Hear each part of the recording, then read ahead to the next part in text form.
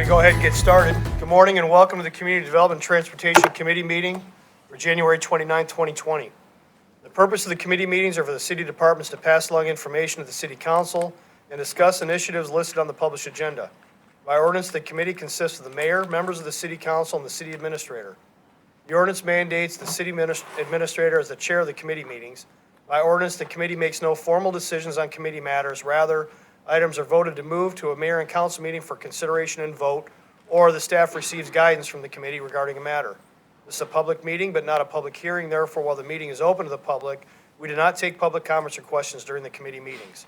Public comments or questions are received at the regular city council meetings held at 7 p.m. in the city council chambers on the second and fourth Monday of each month. The first item on today's agenda is the approval of the minutes by the community for the Community Development and Transportation Committee meeting for November 20th, 2019. Is there a motion? Motion approved by Councilmember Hall. Is there a second? I'm sorry, Councilmember Woolsey. Is there a second? Second. Second by the mayor. Any comments or questions? All in favor, please raise your hands. It's unanimous. Thank you. Next item on the agenda is community development, consideration of a text amendment to Unified Development Code, Section 12.5, Stormwater Management, 13.2 and 13.14, Administration, and 14.2, Defined Terms. Ms. Bromberg. Thank you. Good morning, everyone. This item was originally brought to you in November of 2019 with a presentation here at committee. The item was deferred, and staff was asked to look for some additional data. We did work on that data, but we actually had another occurrence that we weren't actually expecting. The Metropolitan North Georgia Water Planning District is the entity that establishes and adopts the model ordinance by our region for stormwater. This ordinance is associated with the stormwater management manual that the state has adopted, along with other EPD requirements, Georgia Environmental Protection Division. We knew they were working on some updates and that it was in comment period, but with their typical schedule, we did not expect to see anything from them that would be effective for another 6 or 7 months. So we decided to keep an eye on it, make sure that we weren't doing anything that contradicted to it, but we weren't going to actually take any action to bring any of it forward to you. Well, they adopted it in December, which we were not expecting. So the new model ordinance does have some changes to it, and it is required for local jurisdictions to adopt the ordinance as it's written or either revise theirs to match it in order to be in compliance with the municipal permits that we have as the MS4 permit that our Environmental Public Works Department manages. So what I'm going to present to you today are just some summaries of the changes that have happened, and then talk about some of the things that we had talked about at the prior meeting with some recommendations that staff has to make some adjustments even to that model ordinance to make it a little bit more stringent. So as we go through this, if you've got any questions, in your packet there is a track changes version of the model ordinance as it was adopted that's been modified to include things the city has previously had. For example, there's some objectives. There's a couple other items that were in there. And then, of course, the changes that we're going to talk about. It is not formatted 100% correctly, so it will be for initiation. We didn't want to take the time to get the whole thing ready unless we had some changes we wanted to make. So just to give you some of that kind of administrative side of things. So just quickly to remind you, the purpose of this section of the code is to protect, maintain, and enhance public health, safety, environment, and general welfare. And it really is to establish minimum requirements for properties to follow in order to control the adverse effects downstream of increased post-development stormwater. So what that basically means is when you build things, the water flow changes either because of changes in pattern or because of changes in the surface type. So going from trees and leaves or grass to a hard surface changes how the stormwater runs across the land. And the manual and this ordinance have been established in order to help try and control the adverse later effects of those changes. So the model ordinance, as it is written and adopted by the Metropolitan North Georgia Water Planning District, which is a horrible name, so I apologize. I will stumble over it every time I have to try and say it. Does have some changes to it, which I'm going to go over real quickly. It in general is the same in that new development and redevelopment are subject to this for anything over 5,000 square feet of new or replaced impervious area or a land disturbance project that exceeds an acre. The difference is that they actually specifically call out linear transportation projects now. We've always included them in our assessments.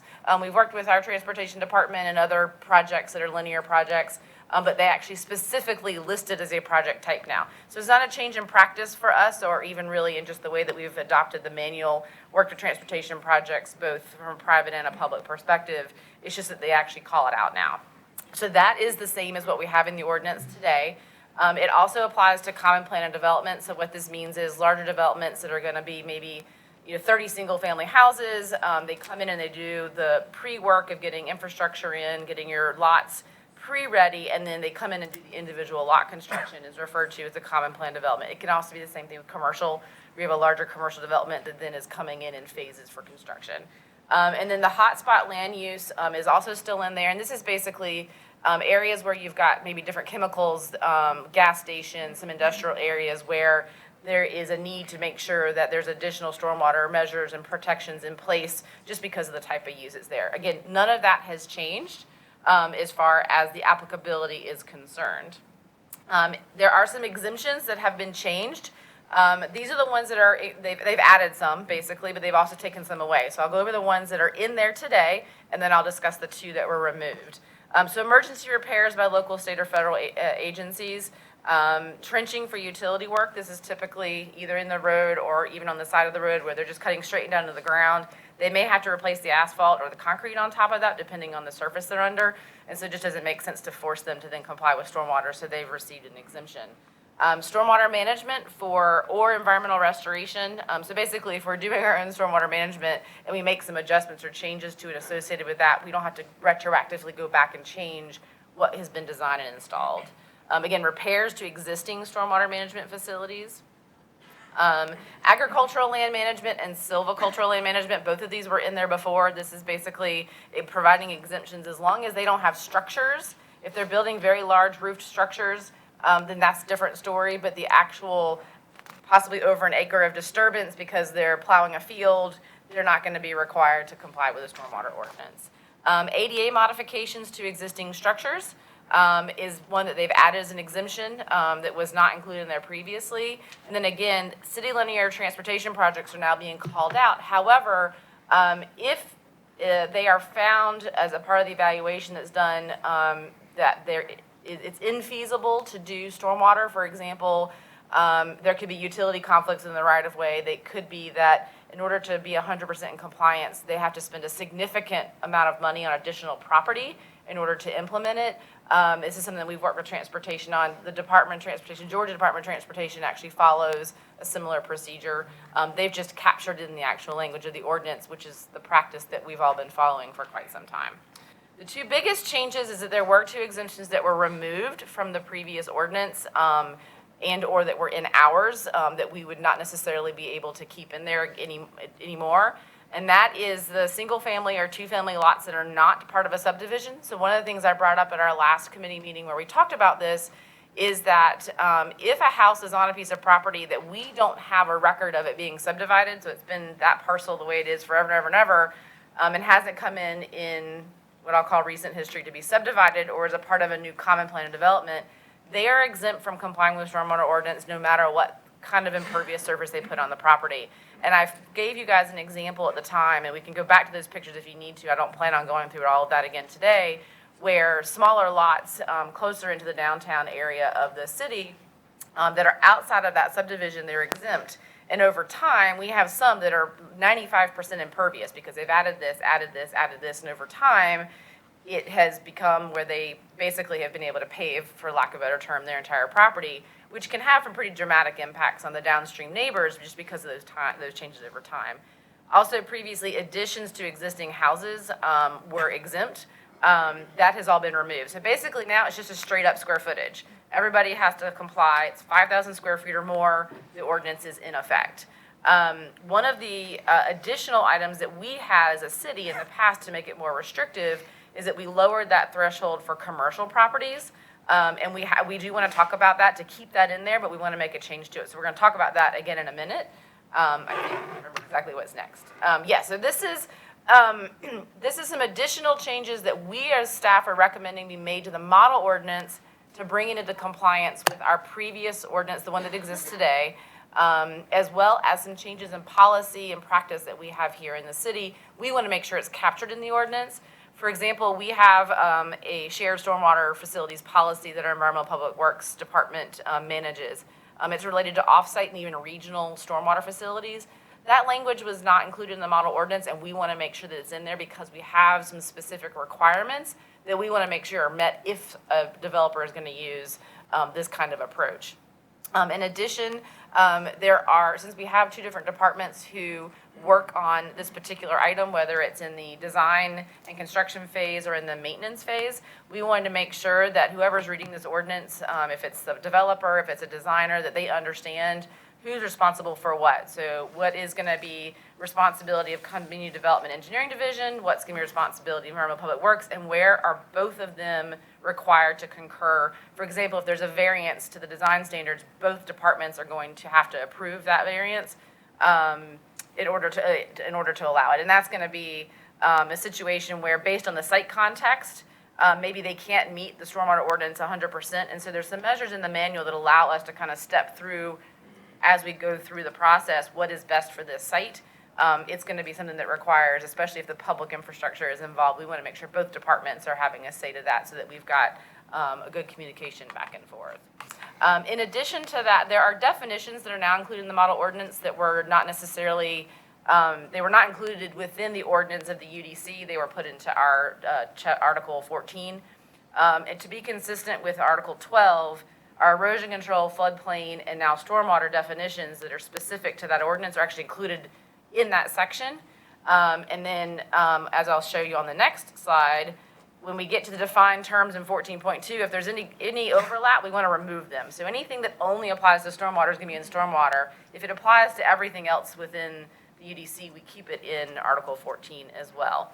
And then, as I mentioned, we talked about the roles and responsibilities. There are some places in Article 13 that refer to the review authority and enforcement authority. We just want to make sure all that matches. In addition, and this is a bit of a typo on the title of this, one of the changes that we're making in the authority in this section has to do with the numbering. And 12.7 is actually floodplains, but the numbering was wrong in the, or not wrong, but needed to be updated because that responsibility moved into the community development out of Environmental Works. And so we noticed, Dan, that in 12.7, it actually specifically refers to Environmental Public Works Director. And so we're just making sure that it all matches with what we had agreed to put in Article 13. So that is just really kind of some paperwork. Before I move on, any questions about any of that so far? All right, so some exemptions that we would like to add, or one exemption we would actually like to add. This is something that we've come up against over the years, and that's replacement of existing driveways in kind.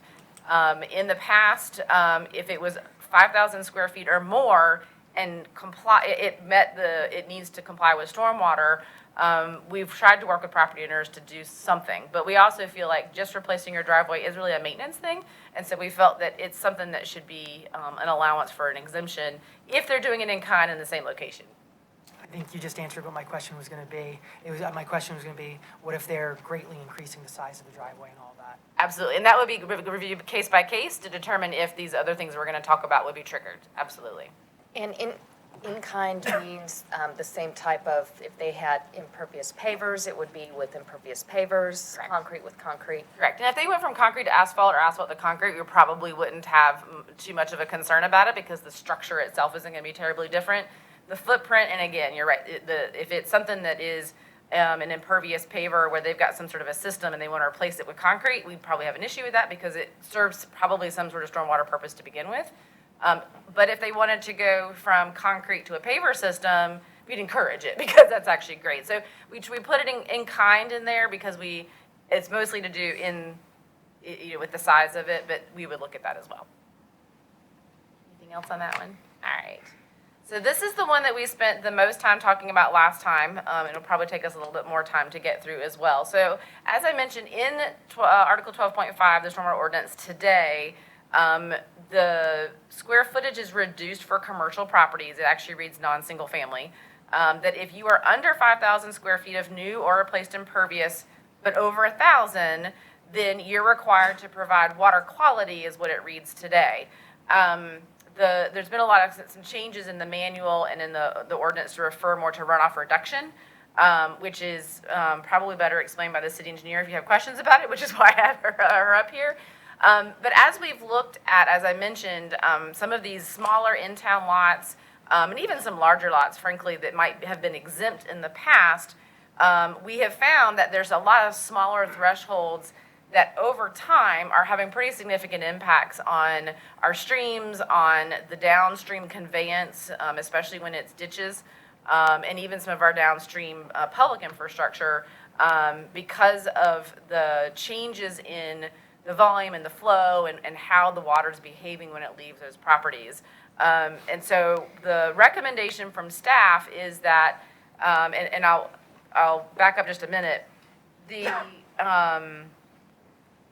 Stormwater Management Manual refers to a couple different things. There's runoff reduction, and then there's detention, which is a much bigger number, and that's when you start talking about ponds and much larger infrastructure. Runoff reduction basically says that we want you to provide for this first 1.2 inches of rainfall that come down on your hard surface, some sort of practice on there that allows it to infiltrate into the ground rather than being piped somewhere. That's pretty much the difference. And that pipe somewhere maybe have a controlled release to it, but it's being piped. It's not being asked to infiltrate into the ground more naturally. And so that's what this is referring to, is to have practices that are implemented with these lower thresholds in order to have that runoff reduction so you don't have as much flowing across the surface into our streams. Instead, it's going through the water table, which just behaves very differently and is a much better practice. So this is one of the recommendations that staff has. This is the same one we brought to you before, which was to reduce, to apply this to everybody, not just the commercial properties. At that time, we were asked to take a look at whether or not another threshold might make more sense based on project type. Lot size was also brought up. So we did do, I'm going to skip down to this real quick. We did do an evaluation. If we were to use the 1,000 square feet, for pool permits, deck permits, which are going to be some of those projects where you might end up with those thresholds. And interestingly enough, I'll start with the decks on the bottom table first. Pretty much all of our decks, if they're coming in new or replaced, are under 1,000 square feet. So we really feel like this is something that is going to not ever apply unless someone's doing something really significant, and a bunch of tiered, a backyard full of decks. Pools is a different story. The pool itself may actually not be that big. It's the decking and all of the pavers and the sidewalks and the hot tubs and all the other things that go around the pool, where about half of them that have come in the past 6 months, well, it's April to October, so we did a 6-month window. About 50% of those came in were over 1,000 square feet, and about half were under. Now, we also were asked to take a look and see if we upped that threshold to maybe say 2,000, what would it look like? So this is what that presents, and you'll see with the pools, most of them are actually under 2,000 square feet. All decks are, obviously, and so that we wanted to make sure that we showed you this. We do have probably, if we were to look at a year, there's probably a few more, but again, the higher percentage of your pool and deck construction projects are going to be under 2,000 square feet in total. We might have a few that might extend over that. The next thing I wanted to show you is a comparison with some of our neighbors that we pulled up, and these are the same numbers that we presented to you before, but just in a summary table. So currently, for runoff reduction or for water quality is what it's referred to in some of these documents on the top table. For residential, the city of Roswell currently the threshold is 5,000 square feet. We're proposing 1,000, which actually matches what the city of Alpharetta and Sandy Springs are currently doing. I'm going to talk about the city of Atlanta a little bit differently. They actually, if you put a drop of impervious area down, you're required to comply with stormwater. The numbers that are here are really for redevelopment. So if you were to do redevelopment and if you add, replace, or if you demo something and leave 500 square feet of impervious surface, you're required to comply with the stormwater ordinance for runoff reduction and for detention for them. Theirs is probably the most extreme of any of the ones that we've reviewed. So that's why it has an asterisk we put at the end.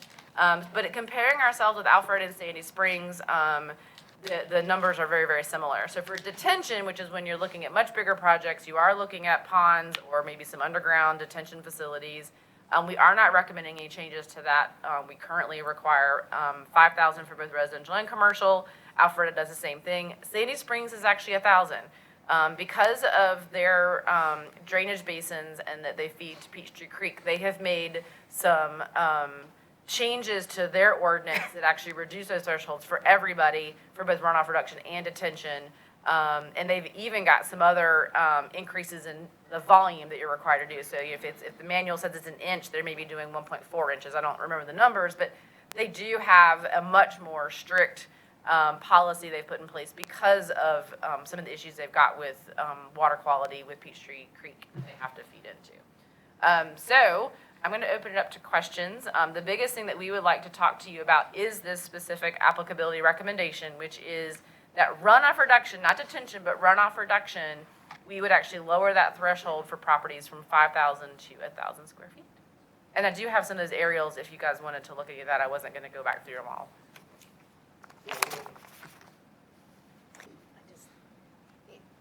How do you measure, is that easily measured, the reduction requirement? How is that calculated, and is that subjective or objective, or? It's objective. We always require plans when land disturbance is being done, and so we just measure it. We have aerials going back, way back, and so we can see what's already on a property and what the plan is.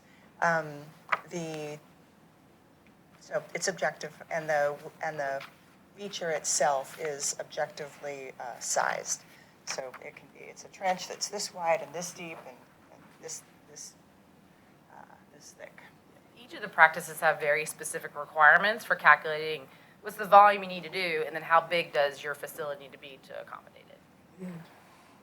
Thank you. How much, I guess, guidance and, I guess, follow-up does the city provide to homeowners directly? How much help?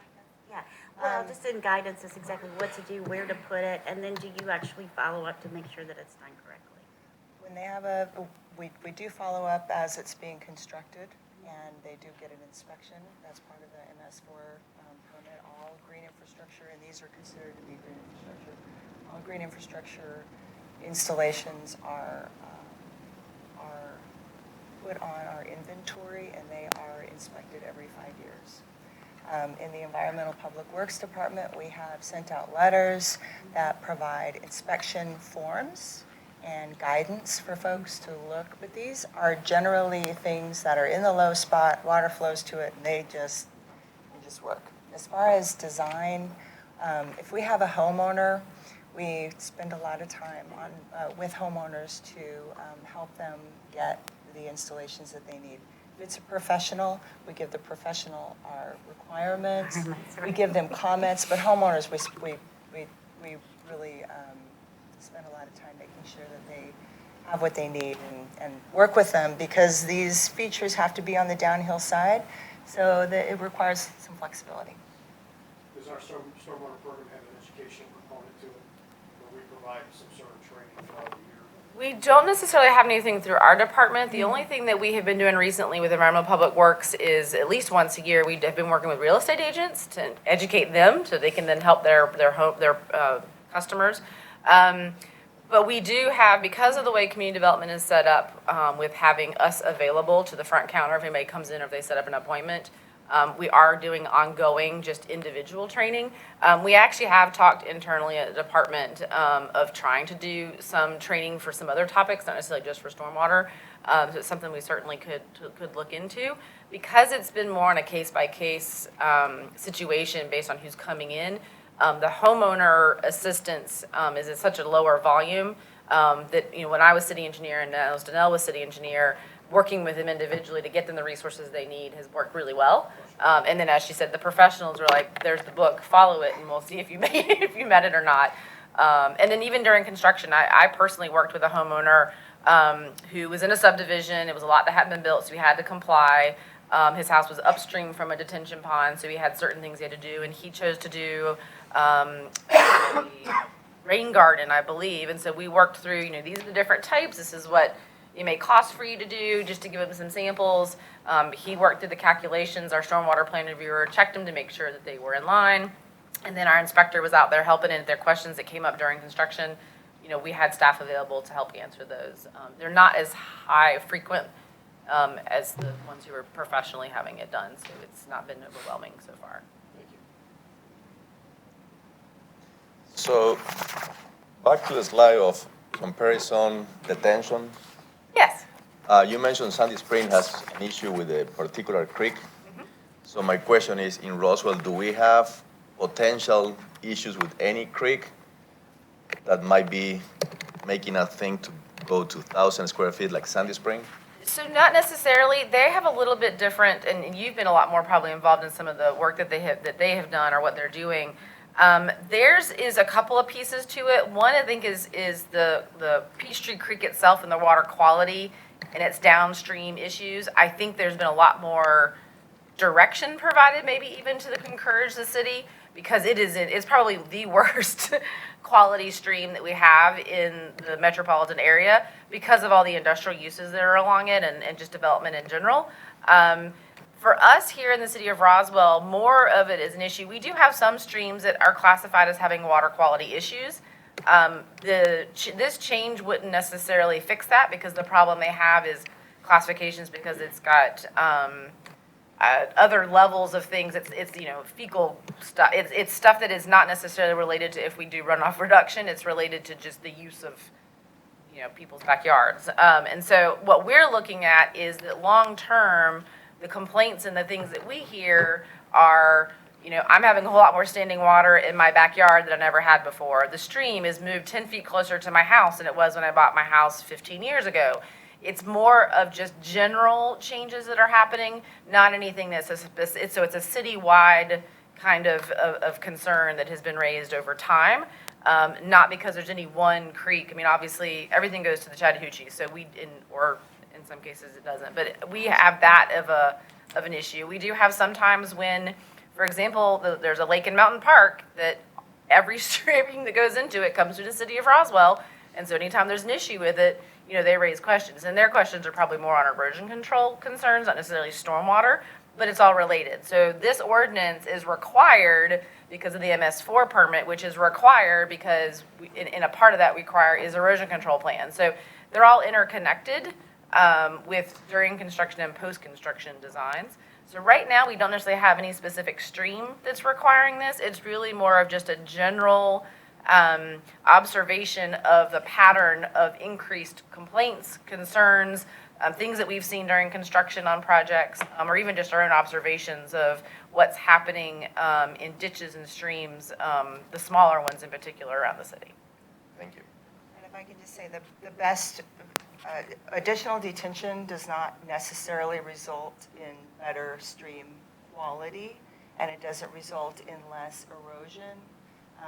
The best way to protect streams is from the water quality side, because it takes out those frequent storms, which is really what shakes a creek. The 1 and 2 year storm is the channel forming storm. So if you are dealing with those more frequent, smaller storms, those are the ones that make the difference. So, and that's why water quality, that's why everybody puts so much emphasis on it. That's where the gains are. Just one more question. You mentioned erosion control. Does that fall under this area, or is that a different? It's a different section of the ordinance. It's right behind, it's 12.6. This is 12.5 and that's 12.6. So it's all under the same article in the Unified Development Code. And there are some relations between the two, but they actually are two standalone ordinances. So what we're addressing here doesn't address that one specifically? Correct. Okay, thank you. Any further questions or discussion? We are looking to initiate the text amendment. It really kind of is in two pieces that I'll present to you. One is the adoption of the model ordinance as it's written, with the additions that the city has previously included in it, including there's some objectives and some other things, and then also looking to include the shared stormwater policy, the clarifications on the roles and responsibilities, and then the definitions, making sure that's cleaned up. So that is us adopting the model ordinance that has been adopted. And then the second piece of it is whether or not there is how to move forward with the request for reducing the threshold for runoff reduction only from 5,000 to 1,000. And we can talk about those separately or together. I'll leave that up to you guys. So if we make the motion to move forward, this will come to mayor and council meeting? Initiate. Yes, yeah. for initiation. Okay. Motion to move forward for initiation? Motion to move forward for initiation by Councilmember Zapata. Is there a second? Second. Second by Councilmember Wilsey. Any further questions or discussion? All in favor, please raise your hands. Unanimous, thank you. Item number 3, discussion of the 2040 Comprehensive Plan Advisory Committee. Ms. Dybel.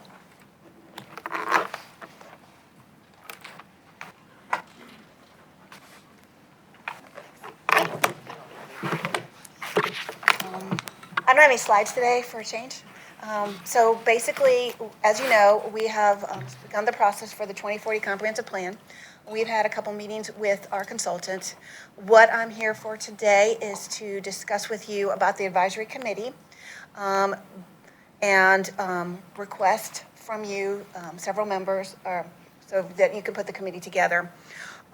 Required by the state. So just so you know, what we have is one elected official, one economic development specialist, and staff. In the past, the elected official that has served on the committee has always been our liaison. So since you are our liaison over the next year, your name will be listed on as our comprehensive plan, unless you choose not to and you want one of the others to. That's up to you. And then we're asking from each of you to give us 2 names. We also suggest that 2 planning commission members are on the committee, the vice chair and the chair. We also suggest a housing authority person is on the committee. We're looking for diversity of the population of the city of Roswell, diversity in race and age. We are looking for every facet that we have here. What I'd like from you is 2 names emailed to me by Friday, February 14th. So that, because what we're looking to do is have our kickoff public hearing meeting on March 9th. And we'd like to have the committee set up prior to that so that they can be recognized at the kickoff meeting. Once we have the kickoff meeting on the 9th, we'll be starting our advisory committee meetings, hopefully sometime in March. We are already looking at setting up meetings for the public, the first few meetings in end of April into May, second round in August, and a possible third round end of October into November. But during the kickoff public hearing, we'll go over the entire process with you, and that's what we require to do at the kickoff meeting. So as I stated, if you could just think of 2 names from each of you to send to me by the 14th. And also, just so you know that we do need our 2 planning commission members. Our chair is Ron Bevan, and our vice chair is Allison Brolick. So we would, the 2 of them would be great to be on this committee. Staff, an economic development specialist, and then our elected official. Those 3 are required by the state. And that's all I have. Any questions? Oh, and I one other thing. Wanted to let you know that this is our priority over the next year and a half. The document is required to be adopted by October 31st, 2021. Our goal is to have it to you for transmittal in May of 2021 so that we can send it to the state. They require 120 days for review. They don't always need 120 days, but they can take 120 days. Once they're done, if approved, it comes to you for adoption. So this document affects every department, everything, every facet of the city. So I just wanted to let you know that this is a very important document for us, and it is our 10-year update. So we are working on it's the 2040 comprehensive plan. Any questions? For the economic development specialist, can that be a citizen living in Roswell? Yeah, everyone has to be from Roswell. Okay. So as long as they have an economic development background, yes. So I can submit that person's name to you in addition to my 2. Well,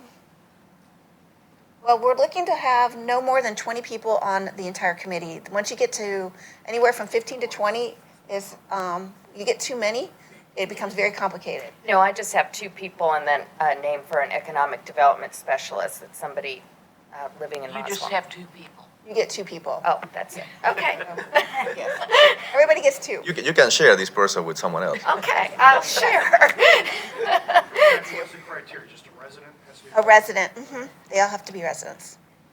And could you describe, like, in general, 30,000 feet, the process in the next Next year and a half? Okay, so over the next, between now and the end of this year, what we're going to start doing is having public meetings. So when we talked with the consultant, right now the consultants are doing background research, looking at our old documents, what we've had before, and everything else. And they're going to do that and continue to do that over the next couple months.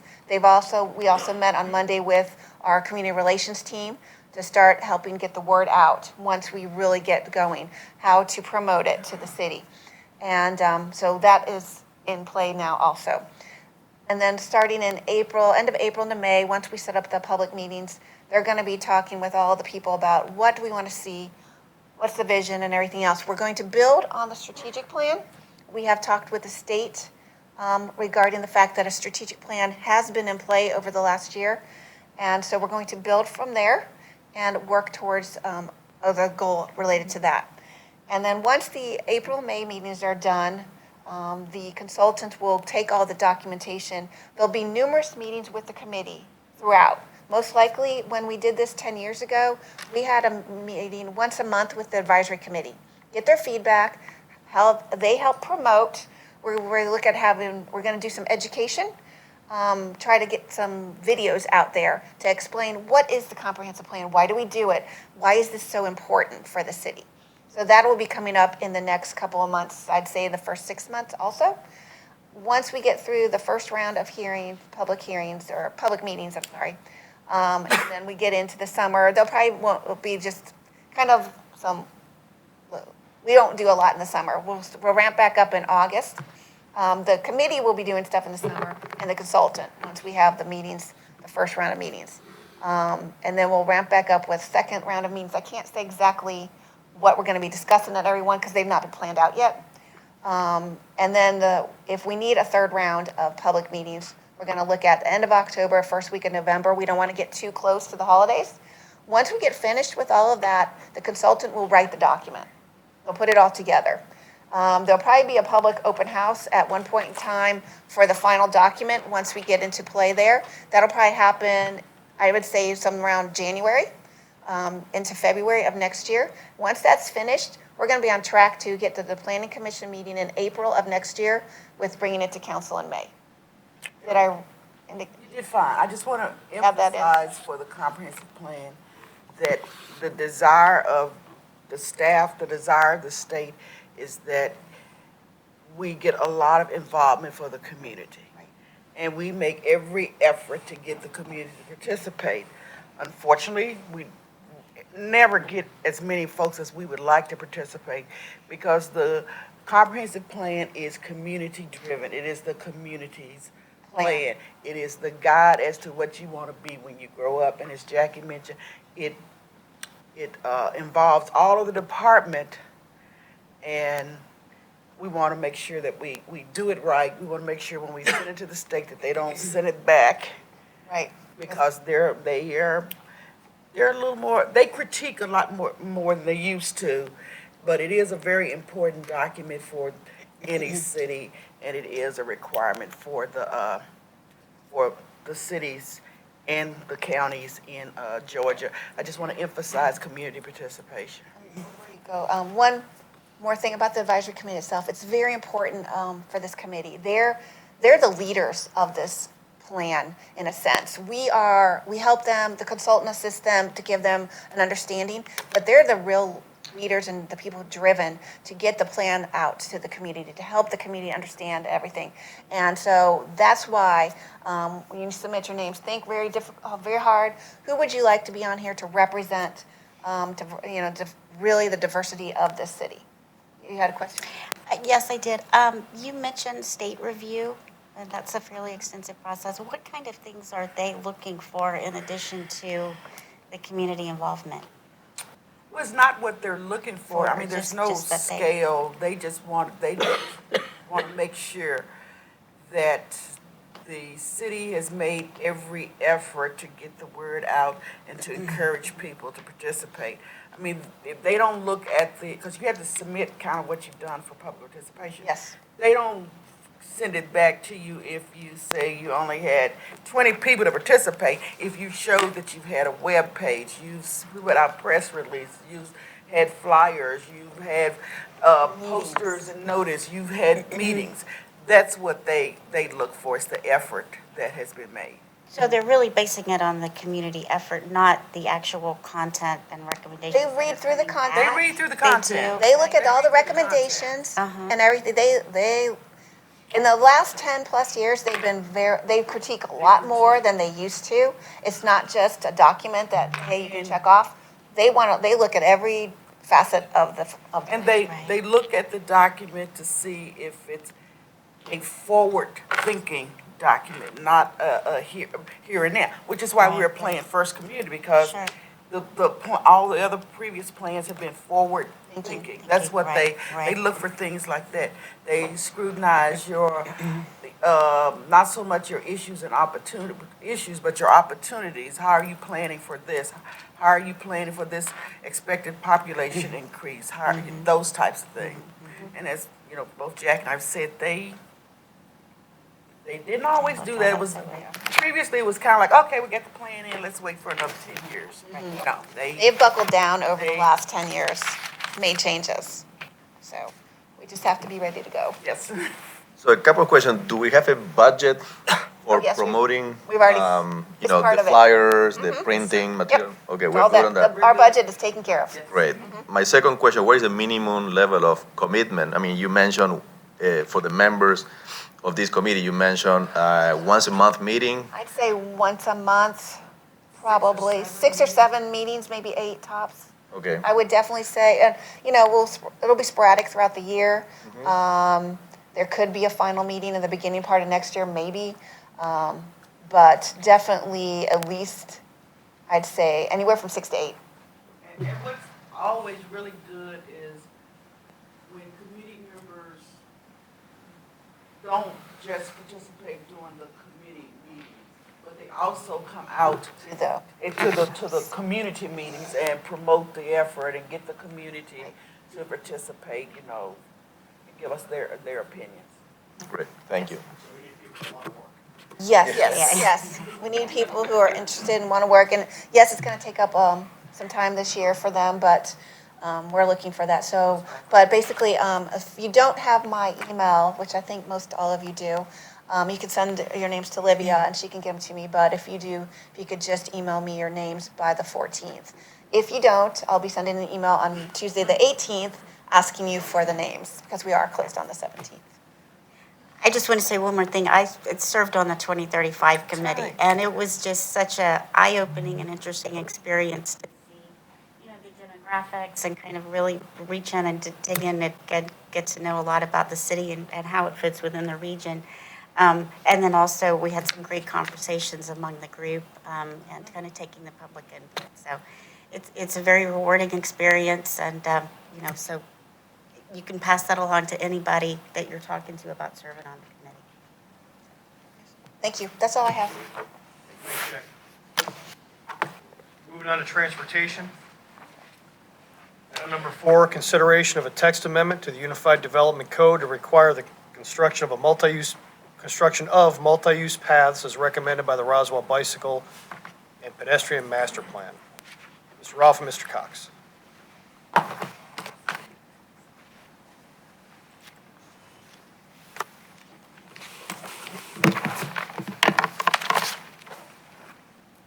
Same thing? No, go ahead. Well, good morning. We want to talk to you today about some of the next steps from our Roswell Bike and Pedestrian Master Plan that you guys approved last month. One of the big talking points that we've had to deal with developers is the width of sidewalks. Generally how wide they have to make them when they construct their property during redevelopment. So just to take a step back, the difference between a sidewalk and a multi-use path is generally the width. Usually a multi-use path is at least 8 feet wide, sometimes 10 or even 12 feet. But also you're allowed to have multiple types of travel or commuter options on it. Sidewalks are for pedestrians only. A multi-use path you can ride a bicycle on as well as walk on. So in the past, one of the challenges we had here in Roswell was for development, we would have a system of routes called the Roswell Loop System, but the problem was it didn't specify which side of the road the multi-use path should reside on. So the confusion was coming when developers would come forward with plans, and we would say, well, we need a multi-use path, and they would go, well, which side of the road does the path should it be on? Is it on my side where my property is, or is it on the opposite side? So why do I need to make an extra wide sidewalk? So when we did the bicycle and pedestrian master plan, that was one of our goals, was to determine where those multi-use paths or trails should reside to help and clear up some of the confusion for developers. So when we adopted the plan, we created this new hub and spoke system. I'm going to show you the map of that in just a moment, and it replaced the Roswell Loop system, which was our old system we did more than a decade ago. So we have that in the bike ped plan. It was a great first step, but we figured the logical next move was to put this in the UDC to clarify it for developers. So this is the hub and spoke map that was in the approved bike ped master plan last month. The gray shade areas are just the hubs of activity that we were trying to connect. The green lines are multi-use trails that are already on the ground today. They already exist. They're under construction, like Rucker Road is now, and ones that have committed funding, such as the Big Creek Parkway, which will have a multi-use path on it. So those are the ones that we already have in place or we're working on. The ones in orange are the ones that we're planning on. And it's kind of hard to tell from this level from the screen, but you can see which side of the road the trail resides on. This next graphic is basically the same exact map, except we took off the green. We just made everything one uniform color. So this is the system that was approved. This is what we're proposing the UDC reflects. It references the bike and ped plan. The one question I have for you guys is when we do this UDC amendment, if it moves forward, is do we need to come up with a draft list, such as, like I kind of have an example here, basically saying, does it need to spell out, in text, Main Street, point A to point B on the west side of the road or the north side of the road, or can we just reference it in the map? That was just one thing we wanted to get your guidance on before this moves forward. This is what the code says today. It's 11.4, or actually 11.4-1. This is the black is what the code says today.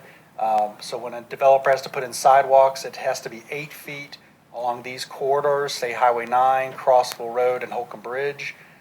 We are proposing adding this new red text to it with your concurrence, basically saying that it has to match what is in the Roswell Bike and Ped Master Plan on those maps you just saw. If this moves forward, it would begin the initiation process. We'd bring it to a future council meeting, advertise, it would go to planning commission, and then go to first and second readings at future council meetings. So with that, I'd just like to have any questions or. Floor is open. I'd like your question about whether to put the routes on there or not. I would say in the UDC specify that mayor and council can do that by resolution, because that way you can change the routes as needed. And that's a one reading as opposed to a text amendment, which would be 2 readings. Okay. So that would be more convenient for council to keep control over what they want on those routes. Okay. So I'm comfortable with that, with Mr. Halsey's recommendation. With that, I just really want, Mr. Cox, I want to really applaud you and really all the staff and all the people that work so hard on this, because what I think was so valuable is I saw you out in the community talking with people, your colleagues as well. You worked with the consultant, and a lot of went into this.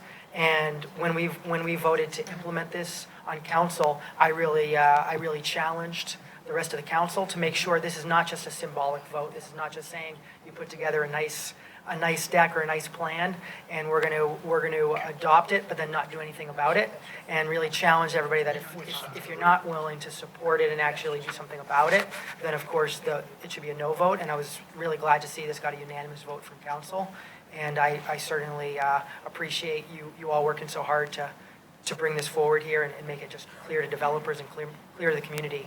We care about what came out of their feedback. Thank you. So, oh, go ahead. I just have a question. So this is at required at a minimum, but there are other areas where, as we add development and streets, that we would require 8-foot going forward besides this as well? Requiring, 8-foot sidewalks or 8-foot or, so when developers come in, if we move forward with this, we would be putting this in the code. So if developers were on this side of the road, they would have to be putting in an 8-foot wide sidewalk. Now, they can appeal that decision. They can request, like, there's a hardship, and the transportation director can make that call. But generally, this is what we would be pursuing. Mainly because with a 5-foot or 6-foot sidewalk, it could be generally easy, but you'd be surprised how much harder it is to build an 8-foot given terrain or utilities or other things. So we work with developers to find solutions to that. my question is, and I'm sorry, I'm new. This only applies to this area, but we would require outside of this area 8-foot sidewalks as well. We're not limiting. So anywhere else? Anywhere It would be else. a 5-foot sidewalk Or 6. or 6 in the UDC that we may talk about later. But yeah, at the least, there would be 5-foot sidewalk, no matter where they are in the city. Unless there's a rezoning application or something where council is weighing in. Sure, yeah, we can always add a condition. And then there was a separate resolution passed a couple years ago that talked about Highway 9, Crossville Road, Holcomb Ridge Road. So that was a separate where if there was any development along those roads, they were required to do an 8-foot trail and not just a 5 or 6-foot sidewalk. Thanks, you answered my question. Thank you. Just one more question. I think this is great. Wish it was all in place right now. On the opposite sides of the road, does new development, is the requirement for a 5-foot sidewalk, or are they exempt? 5 or 6. Just 5 or 6? So there'll be 8 on one side, 5 or 6 on the other side. Okay, thank you. So you mentioned that sometimes there's a confusion or say which side of the road will go the multipath or the. So I'm sure there's a criteria used to decide which side, if it's the right or the left side, depends where you see. But so we won't have much conflict with developers. Say, hey, why are you doing this side, not the other side? And I don't want to pay for that, so put it on the other side. And get into this unnecessary debate with developers. So I'm sure it's a clear criteria that you use when you define which side of the road will be the right. Yeah, so that's correct. So it's kind of hard to tell from a distance here, but this map shows which side of the road the trails should be on based on the adopted bike ped plan. Previously, a map that looked similar to this just had the line down in the middle of the road, and when a developer well, why are you making me build 8 foot? Which side of the road is your trail on? And we weren't on the solid ground all the time. So that's one thing the bike ped plan wanted to do, is to clearly define where those trails should be to help with development and help resolve some of that confusion. My second part of the question is we do have a portion on Mansell Road. Roswell have a portion, right? It's not 100% of right. Yes. So what are we doing now that you listed the Highway 92, Holcomb Bridge, Highway 9? What about Mansell? Do we have any discussion with Alpharetta of how we're going to deal with Mansell Road for the future? Is any conversations or any agreement? If we're going to have also a multipath in there, and which side of the road, because maybe one side is Roswell, the other side is Alpharetta in some portions of Mansell. Do we have any to add to this? So this doesn't show a path along Mansell Road. There's existing sidewalk, I believe, on both sides of Mansell Road, and there is no other plans in works with the city of Alpharetta or just in the city of Roswell. So no, there is existing sidewalk. But no multipath. That's correct. There's no multi-use path. The good news is on Mansell Road, we now have, I believe, 100% of Mansell Road has sidewalks on both sides. We just finished the last 2 or 3 gaps in the past 18 months. So Mansell Road, as far as sidewalks goes, is done. Multi-use path, that was outside the scope of the study. because we didn't really have we already had sidewalks there. We're focusing on areas we don't have any pedestrian facilities.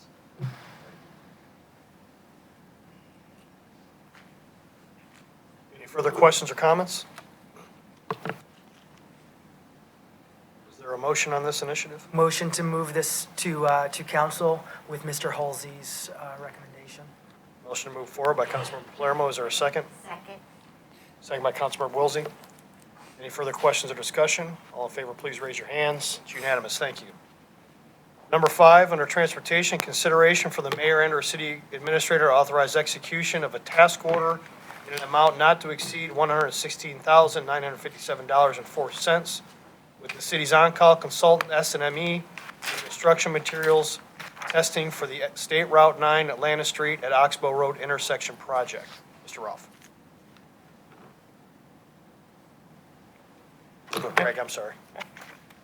Good morning. This item is related to the Oxbow Road intersection project, which contract was approved on November 12th, 2019, and we actually just broke ground on Monday this week. During construction, materials testing will be required by a third party. We have done this on several other projects. Sun Valley Road and Hardscrabble Road were the most recent ones we also did this on. Some of the work to be completed under this task order will be subgrade evaluation, soil density testing, retaining wall evaluation, concrete testing, and asphalt analysis.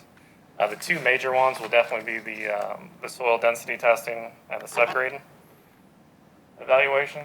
Just to show you the map of the project, most of the testing that's going to happen is really, there's a lot of earthwork being done with the realignment of Oxbow Road. That's where a lot of the soil testing is going to come into play. And then with the new retaining wall along Highway 9, the consultant will also test that.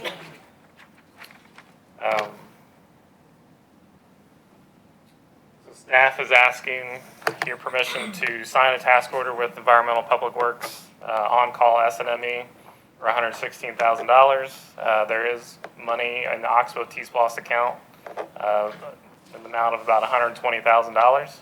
So we're asking to approve this task order and move it forward to a future mayor and council meeting. Floor is open. Thank you. So is this $116,957 additional money needed on top of all the different individuals' approvals we've been making for the last few years? Or this is something that we already approved and you're just moving from one fund to another fund? So there is enough funds in the Oxbow Road project under the T-Splost funding. And yes, this is in addition to the design cost, the right-of-way cost, and the construction cost. But this is, of course, an essential part of every project. The materials, whatever the contractor builds, we want to make sure that it's built to a certain standard. Okay. No, that's fine. And I think, if it's important, need to get done. But again, my point is, I don't know how many times transportation have been coming to council to ask for more money and more money for this project instead of getting from day one the right money for the project. So that is my point here, one more time coming for this project for more money. So either we didn't know that we need to get this job done, which I think, for what I heard, is very important when you move a lot of soil, you need to get this done. So why this was not contemplated before? And it's going to be coming more to mayor and council for this project to ask for more money for this project, or this will be the last one that we're going to see here today regarding the Oxbow project? So, of course, from the very beginning, we knew what was going to be involved in the project. When we had a concept of the project, we knew we were going to do a design that cost money. We knew we were going to have to acquire some right-of-way that cost money. And we knew we were going to do construction, which, of course, costs money. And when you do construction, you test all your materials. There is actually, yes, there is going to be a couple more items come in at the appropriate time. So that's part of every project, and that's how it needs to be done. So there is there is no unknowns here. It's just that when we're talking about design or right of way or construction, mat- material testing is a piece that is done while a project is in construction. So now is an appropriate time to have a third party on board to do the material testing. If you wanna see, and we can mention that to you at the very beginning that, hey, what's involved, but it's gonna be pretty much the same for every project, but we can, of course, always mention it to you. But of course, this project started 10 years ago. So the cost of construction was a lot different, property values were a lot different. So at the time, the engineer did their best to come up with an estimate. So I'm sure the construction estimate from 10 years ago looked a lot different than the actual construction contract now after 10 years. That's how things are. You know, the cost of doing the business, if it's going up, yes, the estimates that were done, 10 years ago, they're not gonna be exact. So that's how it works. So my follow-up question is how much money we allocated 10 years ago for material testing? So this is on a $12 million job. This 120,000 is such a little amount that, yeah, of course, the engineer, they knew, at the time, they probably thought it was going to cost maybe $70,000, $80,000. Maybe they thought it would cost $150,000. But now today, with a proposal from one of our on-call consultants, we know the exact amount, and that's written there. So that's how it works. You cannot predict every little detail years in advance. We can only do estimates.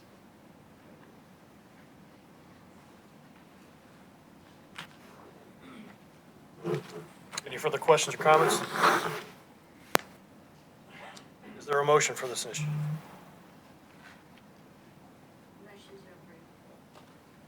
Motion approved to move forward by Councilmember Wilsey. Is there a second? Second. Second by Councilmember Hall. Any further questions or comments? All in favor, please raise your hands. It's unanimous, thank you. Item number 6, consideration for the mayor and or city administrator authorize execution of a task order in an amount not to exceed $102,975 with the city's on-call consultant, KCI Technologies, Inc., for the design of the hardscrabble multi-use trail. Mr. Nicholas. Thank you. So the planning and construction divisions have done a really good job in the last couple of years, knocking out really easy and small sidewalk gaps, and we're getting to the end of those easy gaps, and this particular gap is one of those gaps that is going to require some engineering and design. Right now, the plans call for a 3,000-foot multi-use trail along Hardscrabble Road from King Road down to the target, which you actually just saw on the planned UDC map that Dave presented 2 items ago. We are going to look, right now it's proposed on the north side of Hardscrabble Road, but we are going to look at the south side. The south side would be a shorter segment, but it would require crossing, and there is some potential for a large retaining wall, so that's going to be part of the design process to look and see which side is ultimately going to be the best. Currently, this sidewalk gap does rank number 6 on the sidewalk matrix, and per the approved 2019 bike ped master plan, it does call for it to be an 8-foot multi-use trail. This is just a graphic of the proposed project. You have King Road right here on the right side of the screen. Hardscrabble Road runs east-west, and the project will tie into the current RFB here near Whittingham Place. As I mentioned, right now it's proposed to be on the north side of Hardscrabble Road, and it may be on the south side and tie into the existing multi-use trail that ends right here at the Hardscrabble Road label that was done by this developer in the last couple of years. So with that, we are asking to sign a task order with KCI for about $103,000 for the design. Design is anticipated to take 3 to 6 months. The project is currently expected to cost about $550,000. Again, that may hopefully go down a little bit depending on which side we choose. as part of the design process. And funding is available in the amount of $902,000 for this design in the sidewalk connectivity account. So with that, I will open up for questions. I have two questions. Yeah. One is, if I'm understanding correctly, moving it to the south side potentially has two benefits. One benefit is saves money, and the second benefit is, are you saying that if it's the south actually would link in with a multi-use trail that's already there? Yeah, so the Hardscrabble Green Loop multi-use trail is on the south side as it approaches King. And then there is an existing multi-use trail that goes along this frontage, and it just dead ends right here at the end of this property. The problem is this area is really tough, and we have to look at that for the retaining wall. And there are more properties and driveways along the side. Just visually, the north side looks easier, but it may end up being more cost-effective. It's 2,000 feet of multi-use trail versus 3,000. That's a big difference in cost savings if we can do it on the south side. Yeah, because I think this raises a topic that I wanted to make sure we discuss on the whole plan, is I want to make sure we're being logical too where they already exist, whether it's here, and I think there's some other situations as well, where one side of the road, there's none, another side of the road, there ends up being a quarter mile, half mile. That seems like that would be significant. So I think that's something to consider here and everywhere. And then my other question is, I remember probably a few years ago, you walked us through the exercise of just letting us know really the priority list. So I know 6th is very high on the priority list. That being said, help me understand how this one was chosen over the top 5 that are above it. Some of the ones that are in the top 5 are in other projects. And then I think there's 1 or 2 that are, I think at least one, they are really difficult and really like a lot more expensive than what this one would be. All right, so you're confident that for the 5 above it was not the one selected for either one of 2 reasons, either just because it was really complicated and therefore really expensive, I'm assuming, or number 2, it's already going to be taken care of under a different project that's going forward. Okay. Correct. Thank you. My question is, once you've done all of the analysis, who makes the final decision whether it's on the north or south? So based on the what we are going to get from the design engineer and staff looking at the area and looking at our total list, it would be a staff decision. But so the construction contract comes back in front of the city council at a committee and then at a council for approval. And at that time, you could look at it and see if it's on the north side or south side and if you have a different preference. But if you do have a preference, now is the best time to let us know. And another point that was listed is pedestrian lights. We generally do not do pedestrian lights as part of these projects because money is like very tight here. But if we want to see pedestrian lights, if we want to see trees, now is the time. Let us know. We can always add them later, but of course it costs more if we add them later. So will this come back to committee once the design suggestions, will this come back for discussion again once we have more information? That's my question. So If we need right-of-way acquisition, this would come back at that time. So we would know what side we would be on at that point. I anticipate we'll need some sort of right-of-way or construction easements or something out there. So you would see it at that point in time. So before it comes back for the construction, there may be an additional step, as it looks like. Any right-of-way we need to acquire, that would not be at the 100% design. That would be at like 60, 70% design. And at that time, if you want to change something based on maybe community input, because engineering-wise and cost-wise, what we would come up with the proposal for, that would be like the least impact, talking about property impact, talking about tree impact, and keeping in mind the cost, keeping in mind the retaining walls.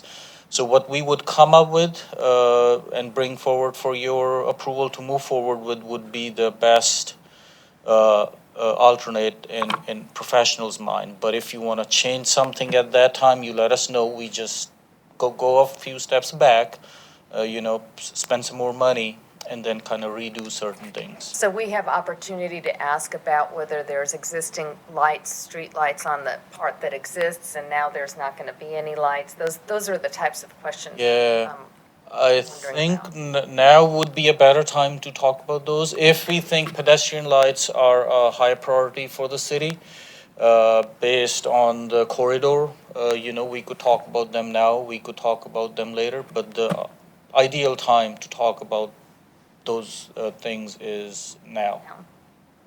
Are there pedestrian lights on the part that exists on the south side, do you know? So that was done by the Coro development maybe 5 years ago. Are there pedestrian lights? I don't think there are. I mean, we can verify. Yeah, we can. I'd also like to ask you to explain the pause on streetlights. Okay. Yeah, so while Greg is pulling that up, I could do that. So I sent an email to the mayor and council the other day. So back in September 2015, the city installed a pause, not a moratorium, a pause on installation of new streetlights. That did not include the street lights or pedestrian lights put up by new developments or as part of the city projects, because there are certain times we have to. Like any roundabouts we construct, we want to have street lights there. So that pause has been in place since then, and the reason that the council at the time put that pause was because our power bill, the energy bill for the city, that kept going up and up and up, and it's about 1.4 million roughly every year. That includes the power bill and the maintenance cost of all these street lights by the power companies. So that's still in place. We do not add any more street lights unless we absolutely have to, or it's as part of a development. So it looks like no street lights. Yeah, it looks like they have streetlights in the parking lot. So that's is that the multi-use trail?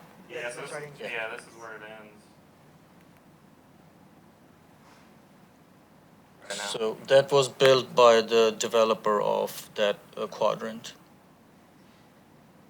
And there's a beautiful median if you go the other direction, which With great the little crosswalk. with the crosswalk and RRFB, that was also built by the developer. Oh, wow. So if we went on the north side, we'd have to do a off beacon connecting to the south side. Yeah, or similar just take it all the way RRFB down. would do, or we just do it on this side.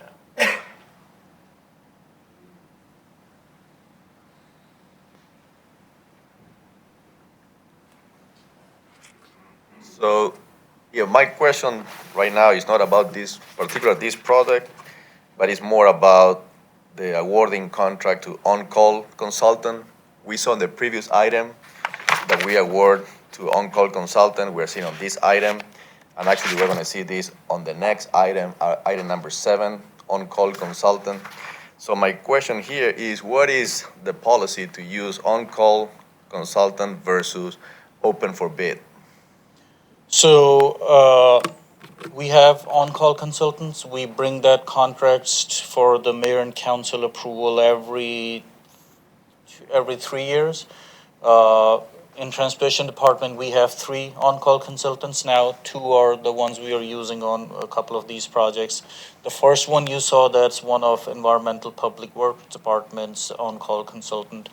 So we use them for efficiency reason. It's a lot quicker for us to use one of our on-call consultants, and they're selected based on something, right? They're selected based on qualification, and we have that resource available to us. So it's a lot quicker and a lot more efficient if we use our on-call consultants. That's why we have them. And if the city now doesn't want to use on-call consultants, we can just not have on-call consultants. And every time, every project, we have to go through the bid process, which involves like multiple departments and many months to hire a firm for any projects. But we could do that if that's what the council desires. But these on-call consultants are competitively bid. We're not bypassing the purchasing process by getting an on-call consultant. They compete for that that contract. So we still go through that same process. They're just an on-call consultant, not assigned to a specific job. So they went through the process when they got selected. And now, once we have them, we just assign different task orders to them. So you're saying that the bidding process is very inefficient and takes so much time, and all these projects are urgent, considered urgent, so we should avoid going through the bid process and just stick with the on-call consultant? So we don't necessarily use on-call consultants for everything. If the contract is a large contract, it's a large design contract, like a Big Creek Parkway, like a historic gateway type projects, then we would definitely go out to the market for selection based on qualification for design work. So here, two criteria here then, is the size or the amount of the design and the size of the project, and second, the urgency of the project. So those are two Sure, main yeah, criteria yeah. to decide on-call consultant Sure. versus going on a regular bid, to open the market to see what different companies get to offer for these different projects. Yes, so, for these particular couple of items, it's a yearly sidewalk connectivity funds that you give us. So we would like to spend it in the same year because the matrix of all the sidewalk needs is 150 projects long, and we are able to do like 2 or 3 or 4 every year. So we wanna be able to construct as quickly as possible, hopefully within the same fiscal year. So that's really the only urgency. We don't have sidewalks at these stretches now. We could keep it that way and go through a longer process, which is okay. We could do it either way, but this is, in staff's mind, this is the most efficient way to do it.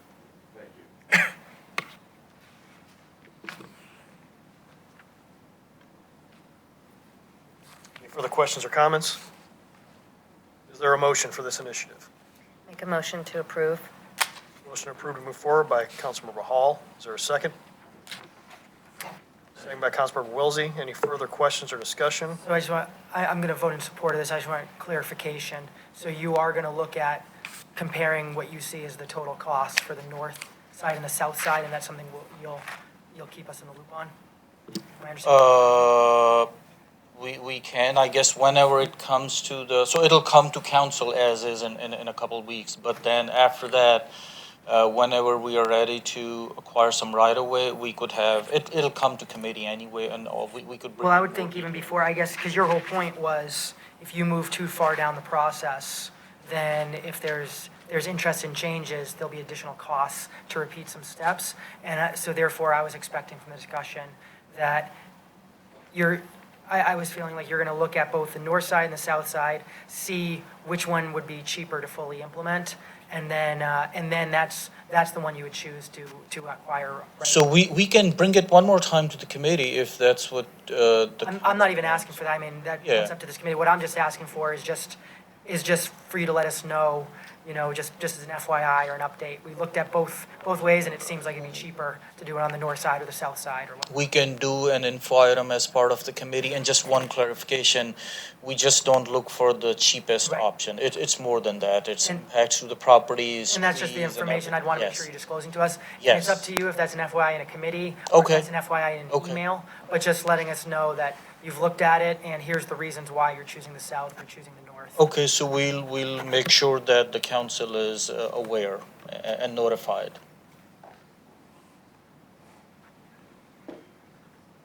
Any further questions or comments? All in favor, please raise your hands. It's unanimous, thank you. Moving on to item number 7 under transportation, consideration for the mayor and/or city administrator authorized execution of a task order in an amount not to exceed $52,300 with the city's on-call consultant VHB Incorporated for the design of the Magnolia Street sidewalk. Mr. Rolfe. Thank you, Gary. So this is another one of a similar items. So this is Magnolia Street sidewalk design contract.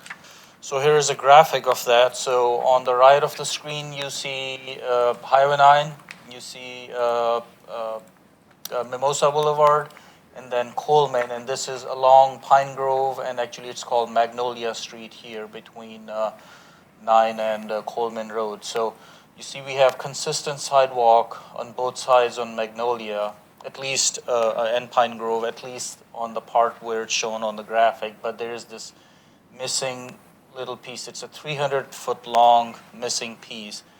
And the only reason it's missing is because it's very complicated.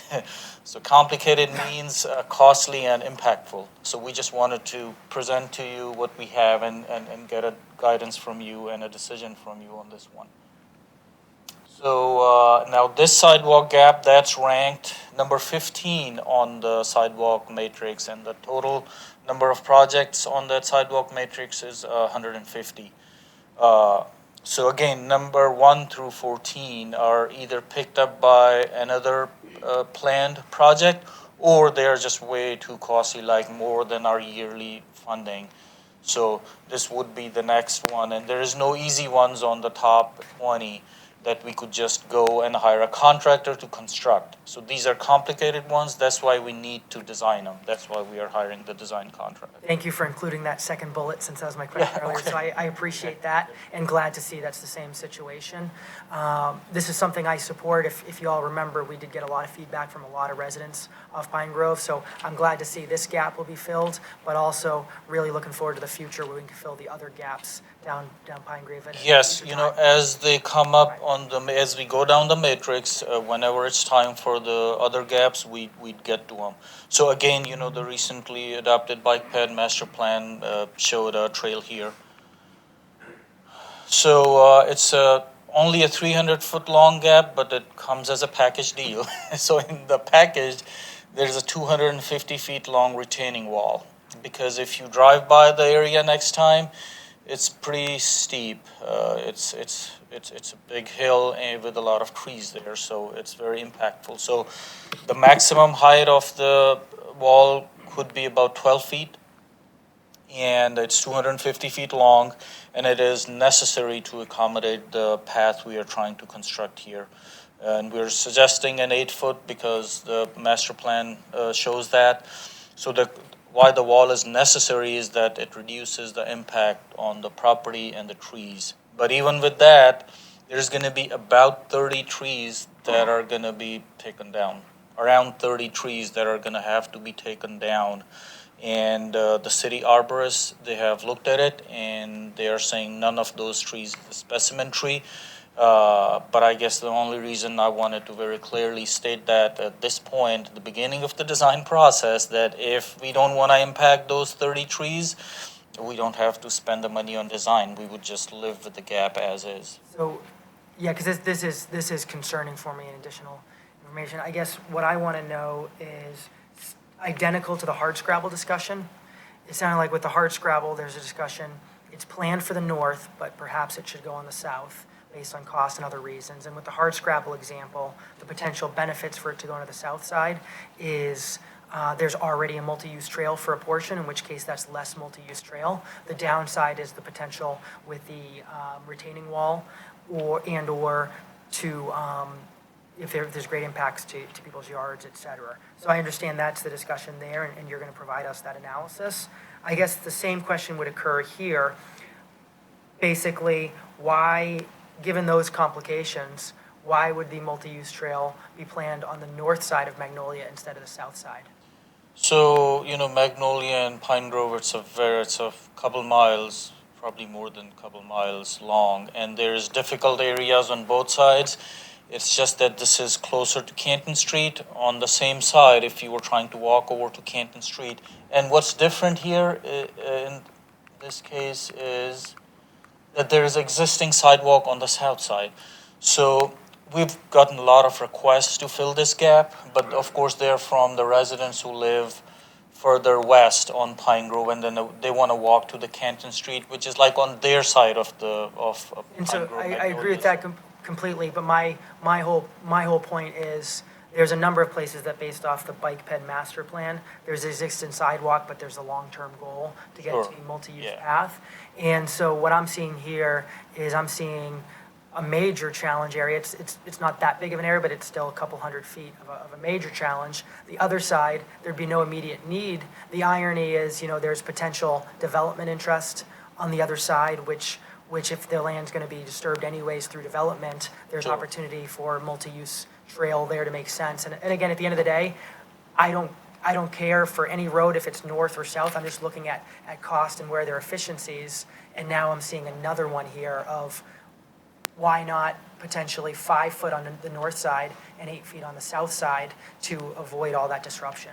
So, And I'd just like to add to that, because existing is 5 foot to the east of that and 5 foot to the west, is that correct? And you and I Yes. had this discussion about how expensive it is to retrofit a sidewalk if somebody wanted to come back and do 8 foot for the other area going up to Kent Yes. Street. so the matrix we have, the 150 projects, that's only talking about the gaps. It doesn't look at upgrading the existing sidewalk to 8 foot because, again, we have too many needs and not enough money. So in this case, if we think this gap is too impactful to fill, I'd rather just leave it as is because the residents, they already have the option to safely cross here at the signal at Coleman, walk on the other side. There's a perfectly good standard sidewalk there, and walk over and then cross one more time at the traffic signal at Mimosa. So they could do that. So I think we're talking about two different parts of this, though. So I think, you have it ranked as the 15th gap, and again, we've gotten a lot of feedback from a lot of residents that live in different neighborhoods off Pine Grove. I'd like to see it get filled in, and so that's one thing we're discussing. The other thing we're discussing goes back to the bike master plan, and I guess the one thing I think it's a fantastic plan. It's an initiative that I fully support, and I'm really looking forward to moving that forward. That being said, what I would have expected is for each of them where there's a recommendation on a north side or a south side, I would have expected that there'd be an approximate estimate of which one is more costly and which one's more challenging. Because again, right here, I see the reason, is because of that situation right there, 250 feet of potentially a high retaining wall, which would not be required on the other side. If we go back to the hardscrabble example, the fact that one of the sides already has a lot of multi-use trail, I would have expected that those would be factors going into deciding should it be in the north or the south sides. Yeah, so I guess what I'd say is, like I said before, along Magnolia, Pine Grove, there's difficult spots on both sides.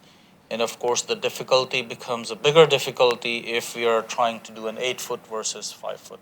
So I guess what I would recommend is in the upcoming budget cycle, you would see, because Pine Grove Road is important, it's very high on our priority list for a corridor study for a long list of reasons. So this could get another very good look as part of a corridor study if it gets approved through the budget. So we can put this one on hold for now because the residents who have been requesting this, they have an option at this point. It's not the most convenient option. They have to cross Magnolia twice to get to Canton Street, but at least they have an option.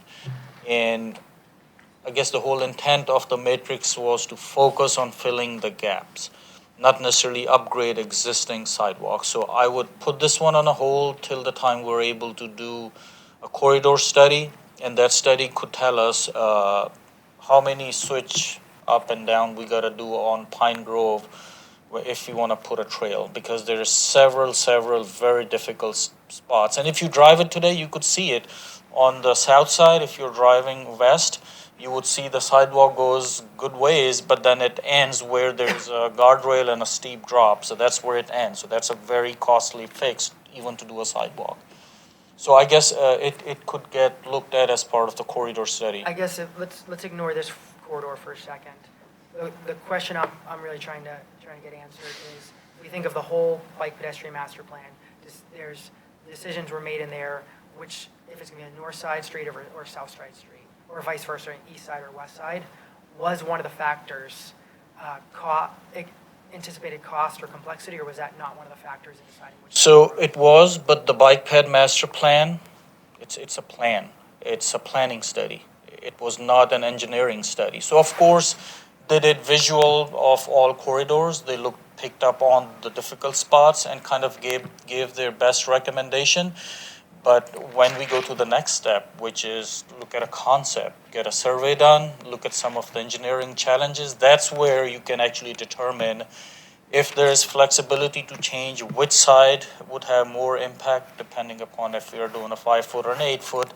Some of those decisions could be made later. So, and I'm curious now for the body's perspective on this. For me, I'm fully committed and focused on wanting to fill in the gaps on Pine Grove Road. I'm also fully committing to the bike master plan.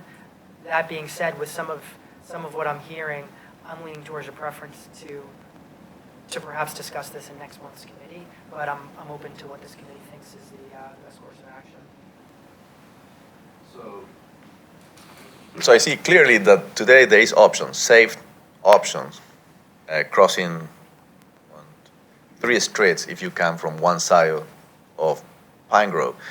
So my question here is, on the top 10 or 15 or 20 gaps that we need to work on, is this the most important one, or these other gaps that they are, potential or current high traffic that does not have any option like this one has? So this is like next in line, but if we don't want to do it for impact reason, we could go to the project that's next on the matrix. So that's. I know have an option like this one. This one have you cross 1, 2, 3, you cross 3 times the street safely with the traffic light. Sure, yeah. Then And you we- can get there. You can move forward. But there's any other gap similar to this one that the people does not have any options, just work from the dirt or the We path can- they are made on the.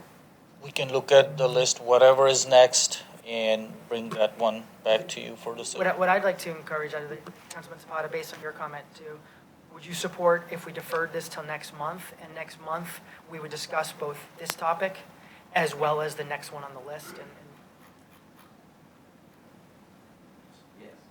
Yes. We could, so something like this, of course, there is staff work involved, which is good. We asked for a proposal from our consultant, which is also good. We could do that for maybe one more and bring back maybe a couple of next projects that we could do and let you, if that's what you want to do, we could do that.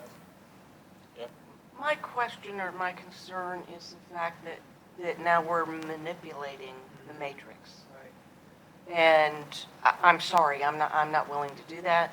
I think staff is coming forward with what's next in line, Yes.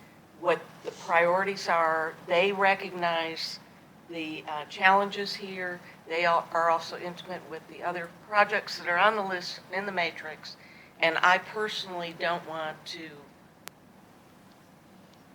start adding politics into the matrix, because then it's whoever is talking to us the loudest or the most often, and then we start skipping around on the matrix and doing different projects. So I personally think that we either support this or we don't support it, but it's part of the matrix, and I think the matrix is important. So can I make just a generic comment on that? So, and we know the area we live in, and we all love it. These trees are beautiful, and the roads, they go up and down. There's ditches and there's steep areas all the time. So no matter what project we talk about, what area of the city we talk about, there is going to be some impacts to either trees, there is going to be some retaining walls, there is going to be impacts to people's properties. But again, that's the reason why we have a matrix, is because it's ranked a certain way based on the approved criteria by the city council. And if we want to, you just please give us the guidance on what we want to do. If we want to do this one or skip this one or look at the next couple, 3 projects. My question is, if there's 5 foot on both sides, and there's going to be 5 foot on both sides for the next 20 years, why would we, I know that 8 foot is what our goal is based on our plans. Why would we do 8 foot in this 300-foot section and not just tie the 5 foot in that's going to exist for many, many years? Yeah, because our plan, the bike ped master plan, is to eventually have an 8-foot sidewalk on at least one side, or as mentioned in the plan, on this side of the corridor. So every opportunity we get, like if we are doing the project, our preference is to do an 8 feet, because eventually, and if a developer comes into the next parcel, they would be required 8 foot as well. So eventually, hopefully, in some years, we'll have a consistent In less 8 than foot. 50 But years. but if we didn't do that, then we would basically not have an 8 foot corridor ever, because we're never going to have a big enough, large enough project where we could take out, tear apart what's existing and do an 8 foot. And the same applies actually to the developers as well. We ask the developers all the time that, hey, your frontage, it's on that road where the city wants to do 8 foot, they are required to do 8 foot. It ties into 5 foot on both sides, which is okay.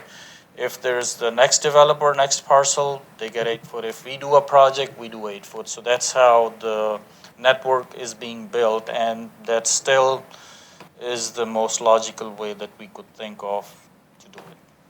Thank you. So, Mohammed, I agree with your response, and I also, of course, agree with Councilmember Hall's question and all that. Here's where I stand it. So again, and I agree with the mayor's point completely. So I think the matrix is important. That's why it was created. So I completely share that viewpoint. My thought is, as I'm looking at the bike ped master plan on Pine Grove, it doesn't go all the way to the edge of Roswell. So it avoids some of those challenges that get much further out. At the end of the day, I think having a 250-foot retaining wall that's potentially 12 feet high and cutting down 30 trees, I do know Pine Grove really well, just as you do, and I feel there's not something that's more impactful than that. And so for that reason, I want to fill in the gap, I want to support the matrix, and I want to make sure we're supporting the bike ped master plan. But as I see that, I really think, just like is being discussed for Hardscrabble, I think it makes sense to move it from the north side to the south side. And then that way, for filling in this gap, instead of 8 feet, it ends up being 5 feet. It ends up being fewer trees cut down, less of a retaining wall, and then we're still able to fill in the gap, follow the matrix, and then also follow the bike ped master plan, given the fact that there's reason and logic for it to be on the south side instead of the north side. So let me clarify that you're saying do a 5 foot here.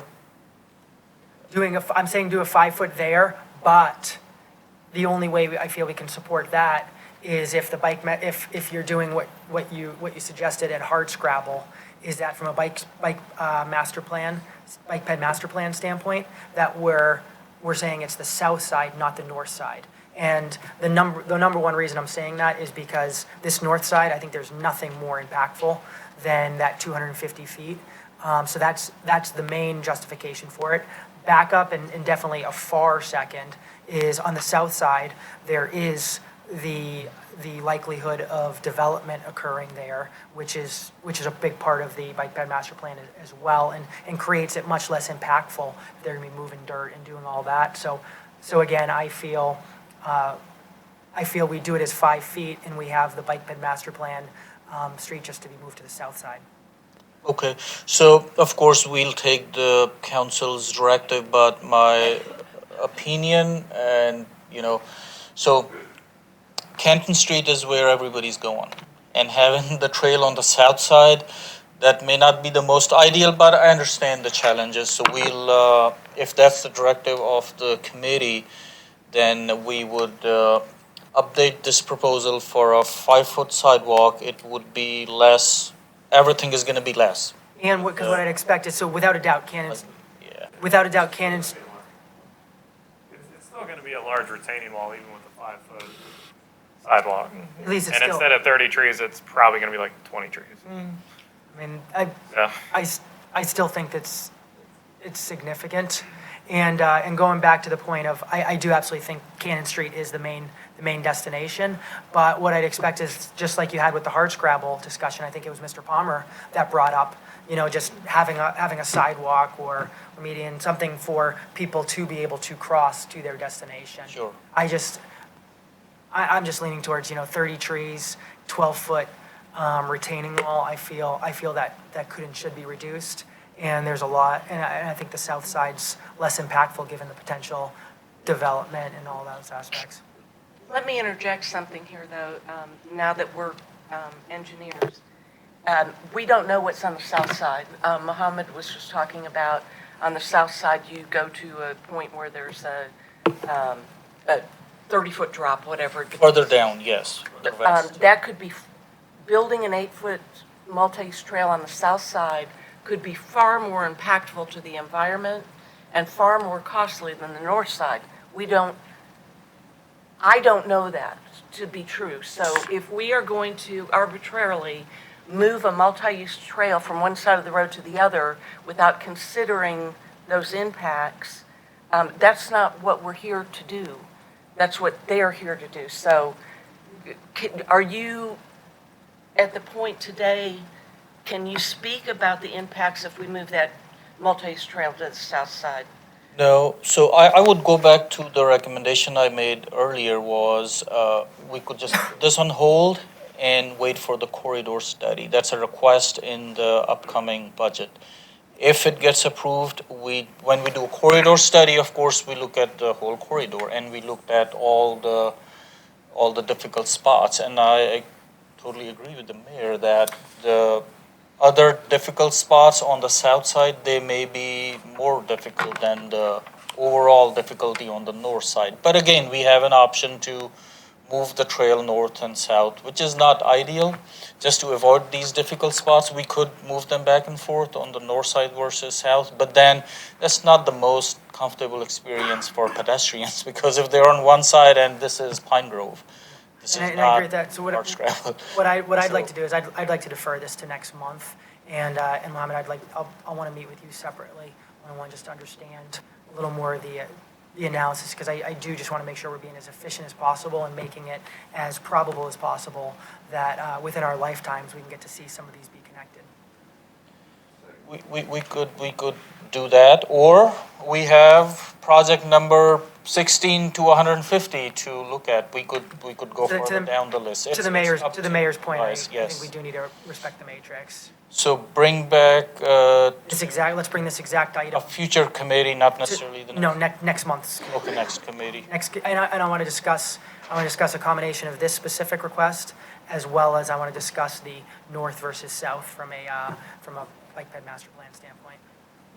Can you Okay. make that a motion so we can capture that properly? So, motion to defer this item to next month's Transportation Committee. And as a part of the discussion, there will also be discussion of the north compared to the south side of the bike ped master plan. So I'm gonna make a request. So first week of March is we are doing our accreditation. That's half a week of site visit from evaluators from around the country. We are still gonna have items in February, but we were hoping to keep it light. As a compromise, I'd like to offer then, instead of deferred to next month's Transportation Committee, it's deferred to March's Admin Committee. So that way it's not the full 2 months, but at least it gives you an extra 2 So weeks. that would be the week of like Oh, it is. submitting items for Okay, the okay, admin okay. committee. Then in I'm that so case- sorry, we Yeah, no, generally that makes don't do sense. this, but that I know when we went through it the first time in 2016, that was too much. Okay, so I'll motion, I don't know if it'll be supported, I'll motion to move this to the March Transportation meeting, and obviously That'll work. any elected official could always move it sooner. Would you also have more information on the Pine Grove study at that time? To do a study is a request for the upcoming budget. We could do a visual inspection and see how many more difficult spots are on either side of the road. We could do that. And as this corridor study, does it end on Atlanta Street or on Canton Street? Yeah, so we are still working on a scope of that, so it's upcoming. Yeah. Mohammed and I have been That's- talking. He's been educating me, so I'm not sure what exists yet and what doesn't. Appreciate you asking all the questions. Okay. So we have a motion on the floor to approve, to move, or defer this to the March Transportation Committee meeting. Yes. Okay, is there a second? Second. So the motion was made by Councilmember Palermo, seconded by Councilmember Hall. Any further questions or discussion? And just to clarify that, is difficult for March. So March is reasonable. March is good. Thank you. I appreciate that. Any further questions or discussion? All in favor, please raise your hands. And it's unanimous, thank you. Moving on to item number 8, discussion of resurfacing funding for the City of Roswell Department of Transportation. Mr. Ralph. So, resurfacing is one of our biggest item in the budget every year, and we appreciate that. That's to keep up with the infrastructure we have, one of the most valuable infrastructure we have in the city. But there is some issues, so we wanted to bring those up to your attention. So we have about 350 miles of centerline miles of roadway that we are responsible to maintain. And so we get funds for the resurfacing from two different avenues. One is the local maintenance improvement grant from the state DOT. That's coming out of the state motor fuel tax. They give funds to every county, every city based on a formula that they use. So from that, we get about $700,000 to $900,000 every year based on the city's centerline miles and the population. So we generally use those LMIC funds to resurface collector and arterial type roadways. That excludes the state roads because the state is responsible to resurface all state roads in the city. So the target goal for resurfacing for collectors and arterial is about 15 years.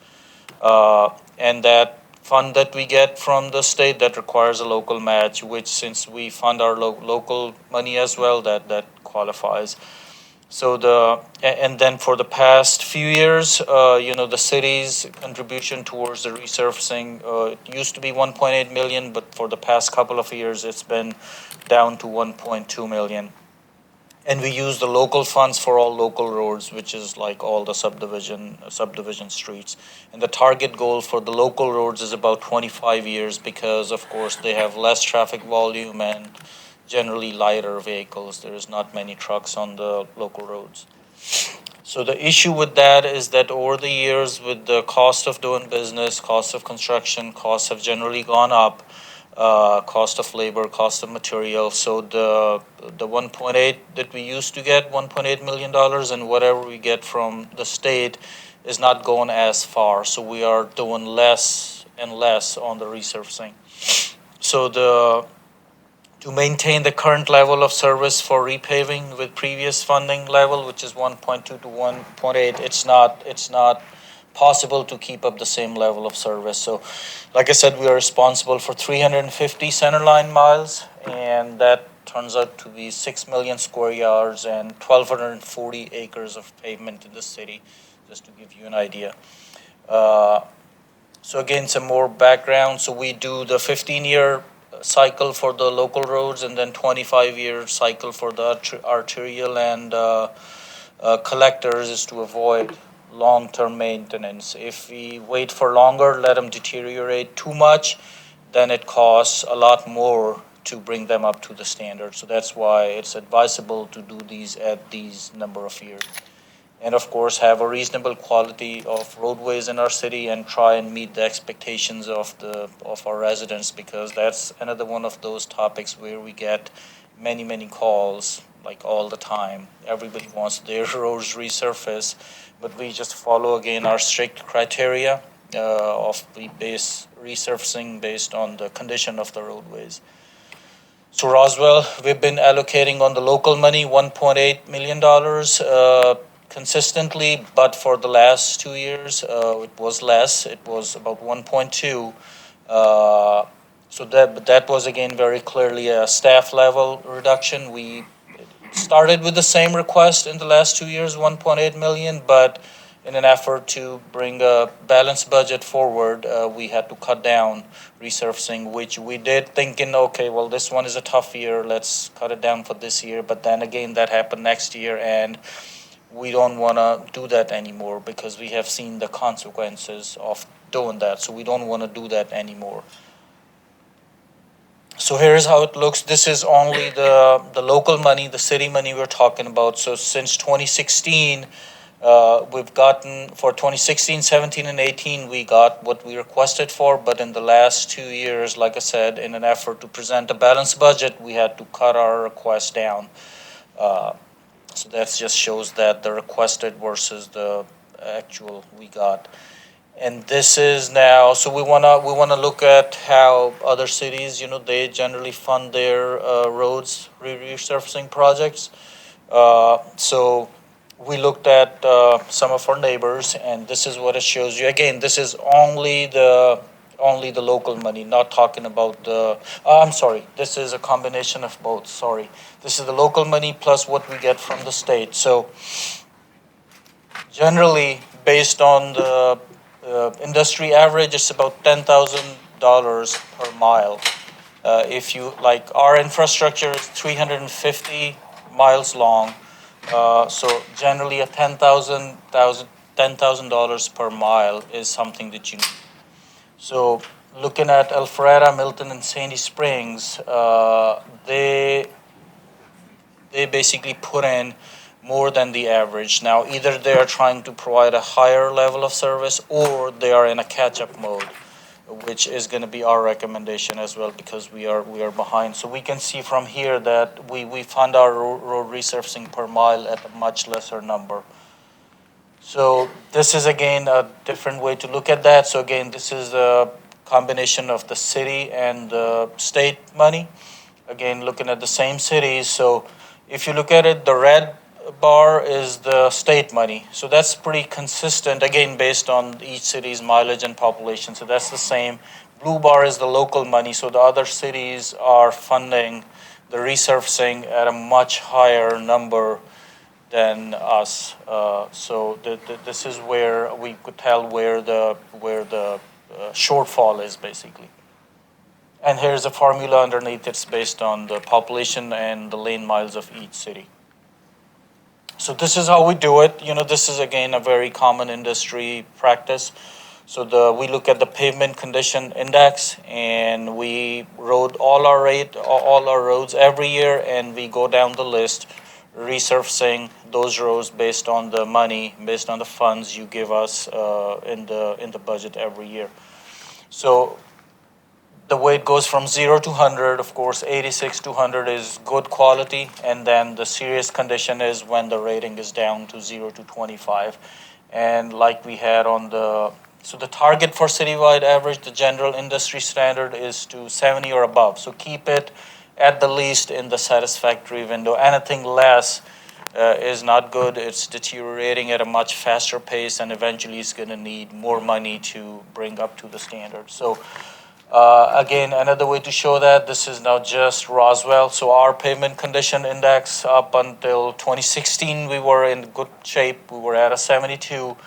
But now again, with the cost increases in the industry and that we fund at a little bit less number in the last couple of years, we've been on a downward trend, and we are at like a 65 now. And if we don't fund it more, this downward trend is going to continue.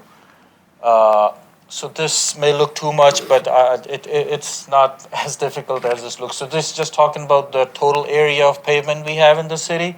And we talked about the good, satisfactory, fair, poor, very poor, serious. So just look at the top two. The solid green, the greener shade is the good condition. So in 2016, more of our pavement was in a good condition, but now it's on a downward trend, if you see. So it's now less of our overall pavement area is in that good condition. And only look at the last one, which is the serious condition. So we had less of an area in serious condition. That's on a growing trend. So these trends are going to continue if we don't take action, which means allocating more money into this. So again, this is just a life cycle of the pavement. A couple of things we do is we do some preventive maintenance as a recommended industry practice in a couple of years after a road has been resurfaced. That's to prolong its life for longer years.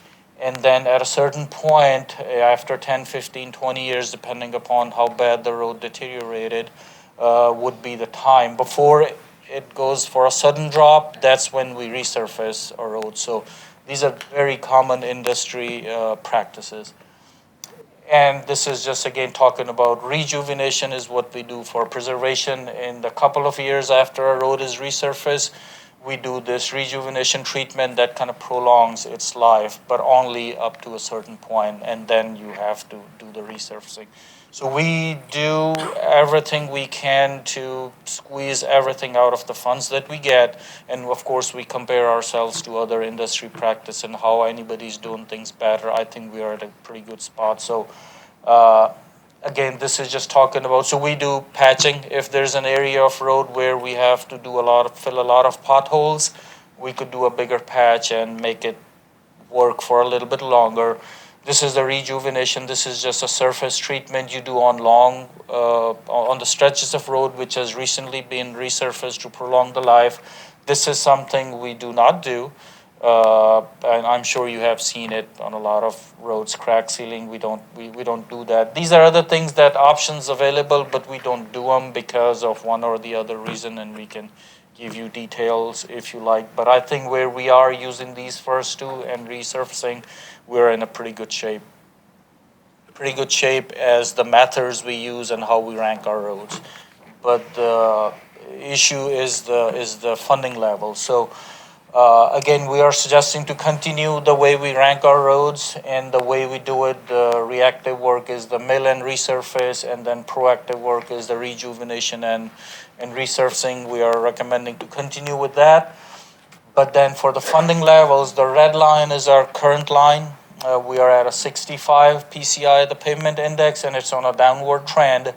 So we looked at a couple different options. If the city won a jackpot or something, and we put in 10 million in next year, we could bring ourselves up to the standard, which is 70, and then fund it at a consistent level. But since we didn't win a jackpot, our recommended option is this gold line that you see here. So consistently put in a little bit more than what we need just to get caught up. And once we are caught up, and we can reevaluate ourselves in 2, 3, 4, 5 years, once we are caught up, the 4 million, the recommended amount could go down a little. So what the recommendation is, 1 million we get from GDOT, which is good. It is what it is. But for the city funds, currently we were at 1.8 million. Recent 2 years we were at 1.2 million. So the recommendation is to have a total of 4 million. So we need about $1.2 million to $1.8 million more of the local money. So that's the request we're gonna make in the upcoming budget year. And we're not gonna do it like last year's, that in an effort to keep some of the other projects on the list, we reduced the resurfacing. We're not gonna do that anymore. If we can't, resurfacing request is gonna be what it is. And you can give us the guidance today if you like. If you wanna fund it at a higher level to get caught up and bring our roads to the normal level again, you can give us guidance on what to request in the budget. But staff recommendation is 4 million per year, including the state money that we get. So we're here to answer any questions. I've got a meeting at 10 o'clock, so I've got to leave. But I would just like to challenge council to fund road resurfacing. You will see it in my budget at what Mohammed is requesting. It'll be up to you all if you want to cut maintenance or not. But I would highly suggest that you do this presentation again when we present the budget. Okay. Because I think it's very important for us to consider this when we're considering other capital projects as well as M&O. So, thank you. Thank you. I have a question. What percentage of the total budget that we have now do we use for rejuvenation and patching compared to resurfacing? It's about 10 to 15% for preventive maintenance. The rejuvenation is what we do on a couple years old resurfaced roads. It's still in very good condition. So that's when we do the sealant, the rejuvenation, to preserve it, to prolong its life. So 10 to 15% of the yearly budget goes towards. And then 90%, roughly, Rest 85, is 90 all for resurfacing. is resurfacing. And has that trend been consistent, or have you seen a change in that trend of 10 to 15%? It's, mean, it we've could be been something. pretty consistent on that. So Joe is our construction manager. His division is the one that actually does the work. And we have again, a contractor, a yearly contractor to do the resurfacing for us. And the rejuvenation. Thank you. I recognize the issue, and it's pretty obvious driving around the town, especially when we have segments that are repaid versus others that need it but haven't made it up the list. So I was just curious about the funding breakout with the $3 million from the general fund and additional money from GDOT. Are there other financing options or funding that we can tap into?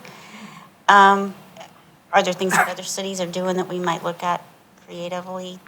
Yeah, we haven't seen anything like that. Rob, Dave, if you are familiar with anything, any options we have seen, I can't recall anything on that. In the past 5 or 10 years, other cities have used other sources of funding to tackle resurfacing issues. Specifically, I'll mention when Johns Creek was incorporated about 10 or 15 years ago, they were receiving infrastructure that was not maintained well from Fulton County. And they actually, I believe, borrowed money to catch up and basically bring their infrastructure back up to a good operating cost. Johns Creek has done that. I'll also mention that historically other cities and other counties that are in a SPLOST renewal mode where they are every 4 to 5 to 6 years, depending on that sales tax revenue to be renewed. Other cities and other counties have put a portion of that sales tax towards resurfacing in the past. With that comes other challenges, and I'm not sure that would be a strong recommendation from Mohammed and I, but that is something that other cities and counties have done before. And then I guess my other question is, do you have a rolling list that's available for us Yes. to look at of the segments? Yes, we always have a list. So every year we look at all roads, and the thing is, different roads deteriorate at a different pace. So a road that ranked satisfactory this year, it may rank a lot worse in just next year, because if it's depending upon how it was built, how much traffic it has, how much heavier traffic it has. So, but we, at any given time, we do have a list and a ranking for each and every road in the city. And I would just add to the answer that Rob just said. So, yeah, T-Splost is an option, but that's a very bad option, because if we start doing that for maintenance, then T-Splost is not promised forever.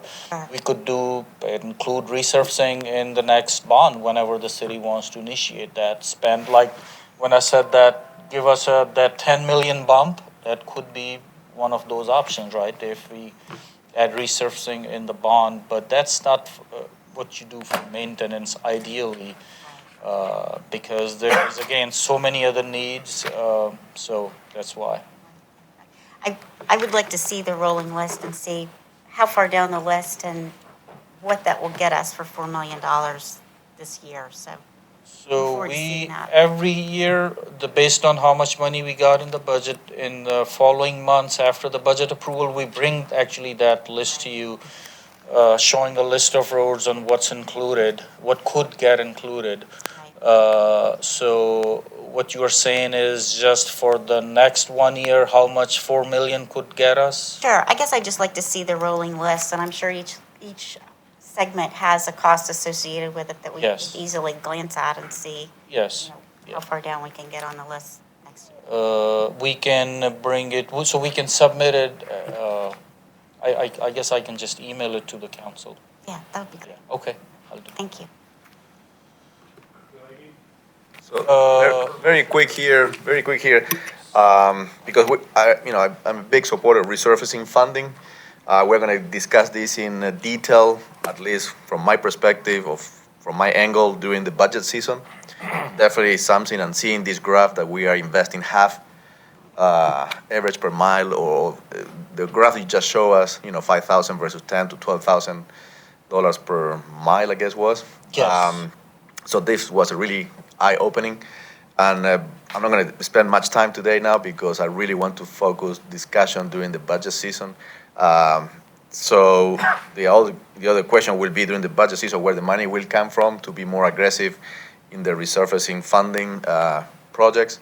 So that, that will be tied to where the money will come. And obviously having a tax-based 70% residential, 70% residential and 30% commercial make it even more hard for you to come with funds.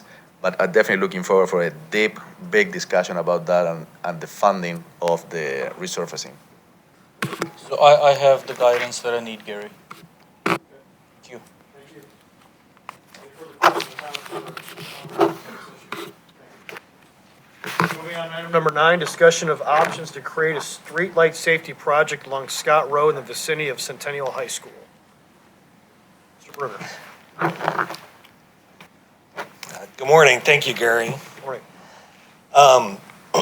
Yeah, this is a safety initiative for school pedestrians, and it's for Scott Road in the vicinity of Centennial High School.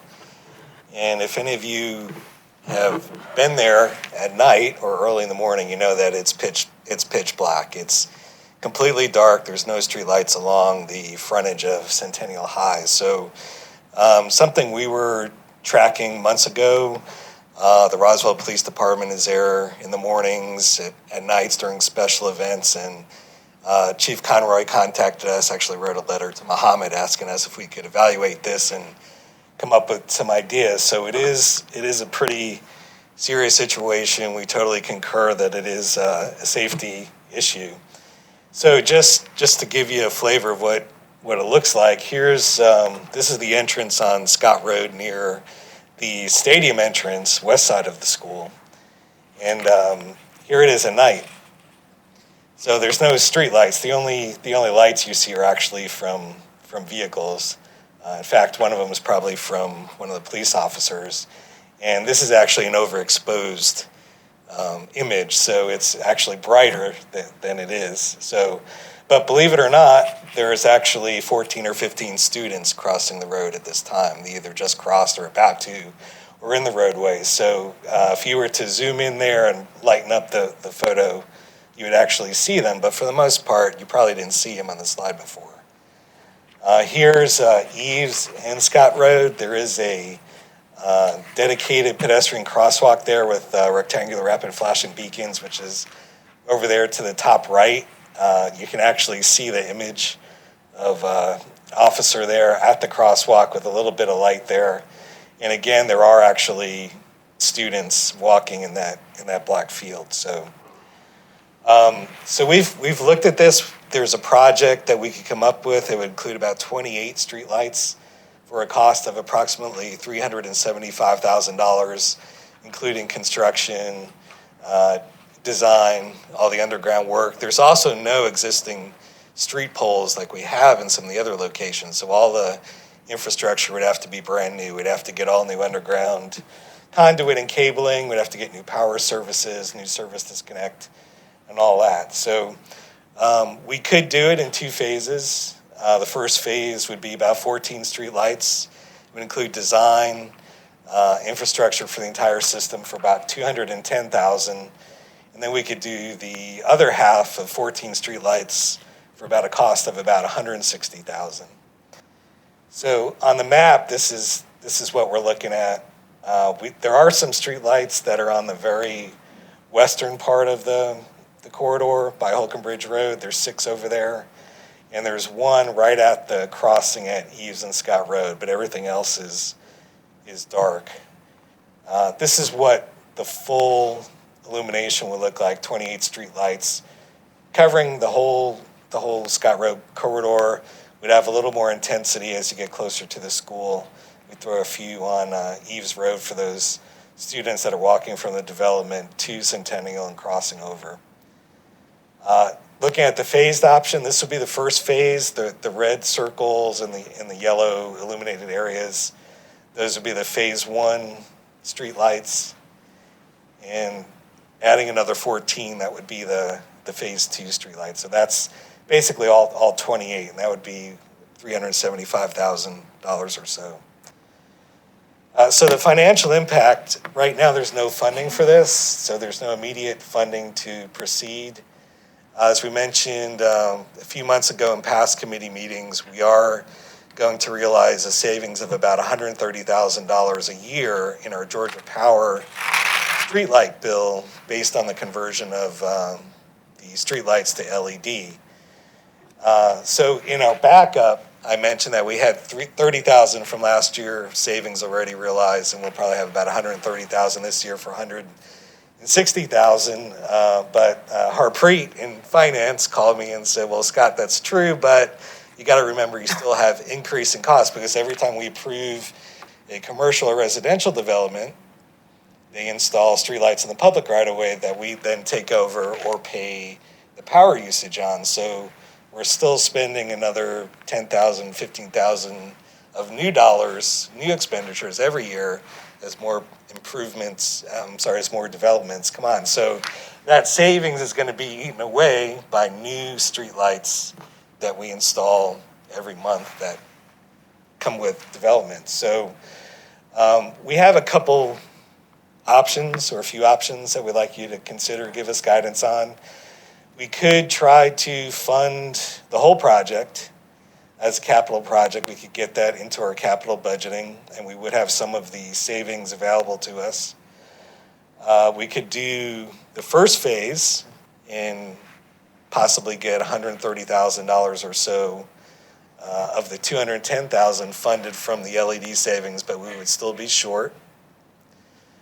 Or we can basically take a conservative amount from our savings over the next 12 months, say $80,000, $90,000, and we can start a project, and we could at least install 5, 6, or 7 lights on those most critical crossings where it's definitely a high-risk safety situation.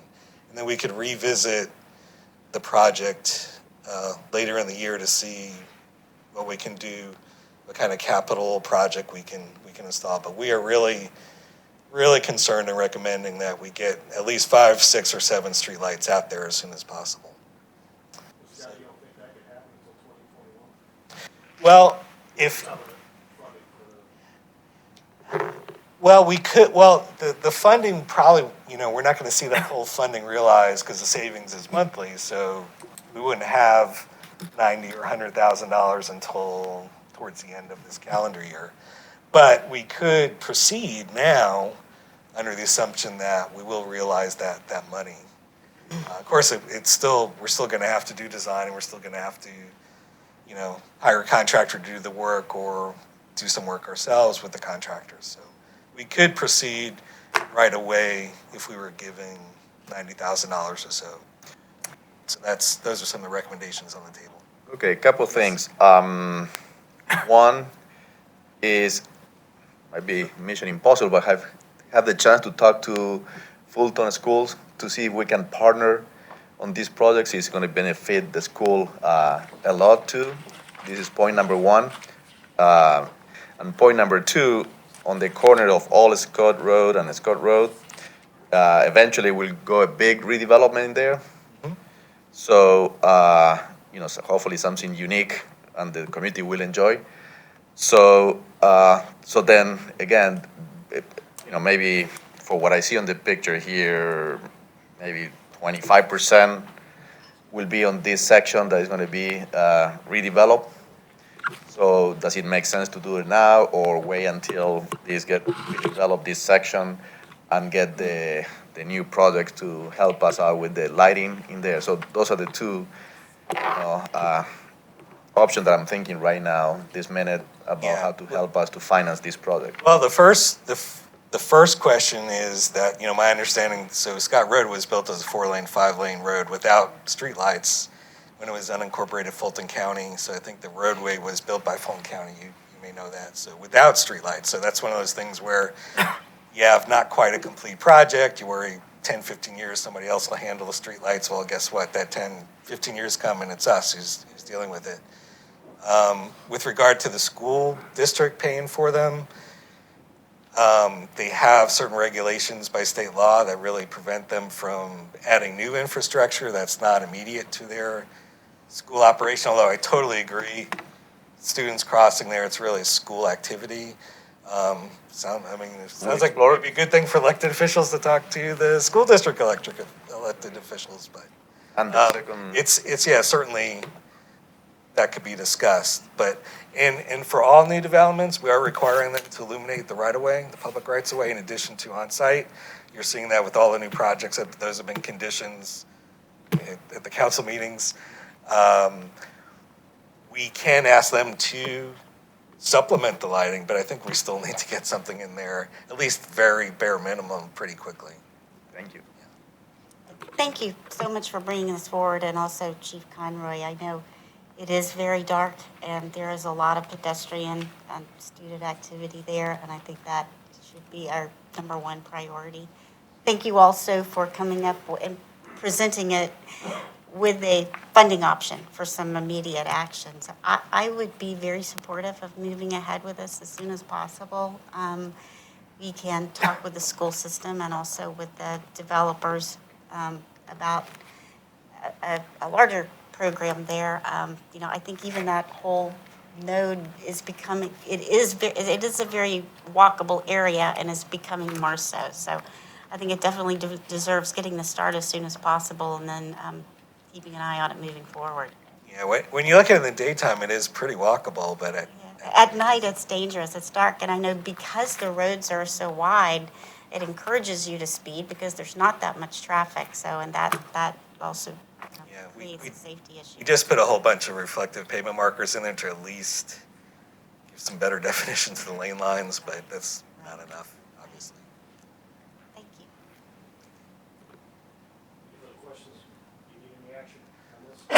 Well, I think we're just looking at guidance if we should at least go with kind of this option of using $80,000 or $90,000. We could come up with a project. We could come back to you and let you know what we think we should do, because there is different options. We could build it with contract forces. We could ask the power companies to install it, and there's some issues with that. But I definitely want to get 5 or 6 or 7 lights in there as soon as possible and look at those options. I agree, yeah. Do you need council action to move on this? I don't know. That's my kind of a finance question. Just the guidance that we do Yeah. want to move forward and find a way to do it.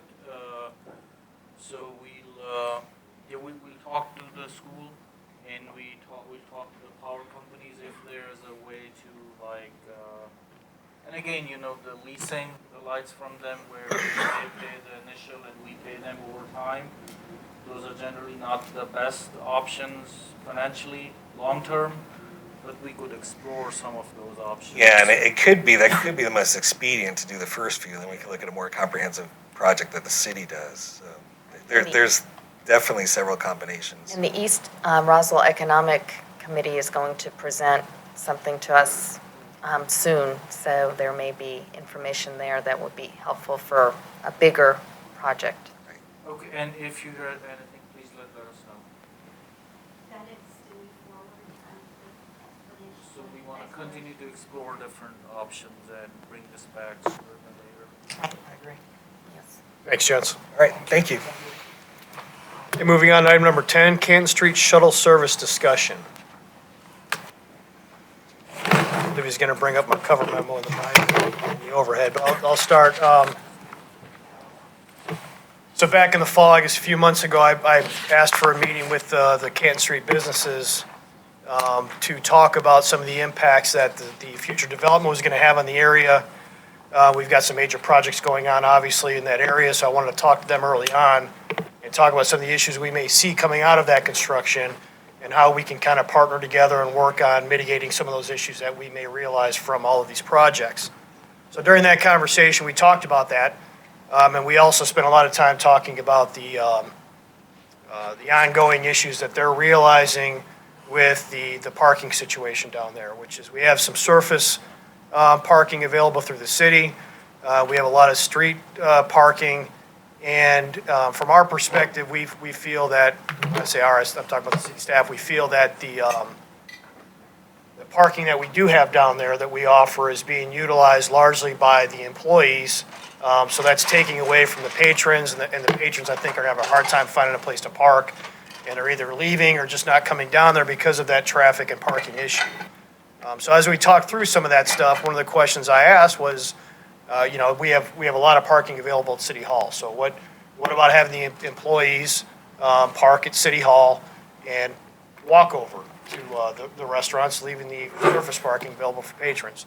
The issues they brought up, and I understand and agree with some of these issues, is that they don't want to have their employees require their employees to park over here because they don't feel it's safe for them to walk during certain parts of the day, and they don't feel it's convenient for the employees to be able to park and walk over to Canton Street. It just doesn't seem to be efficient for them.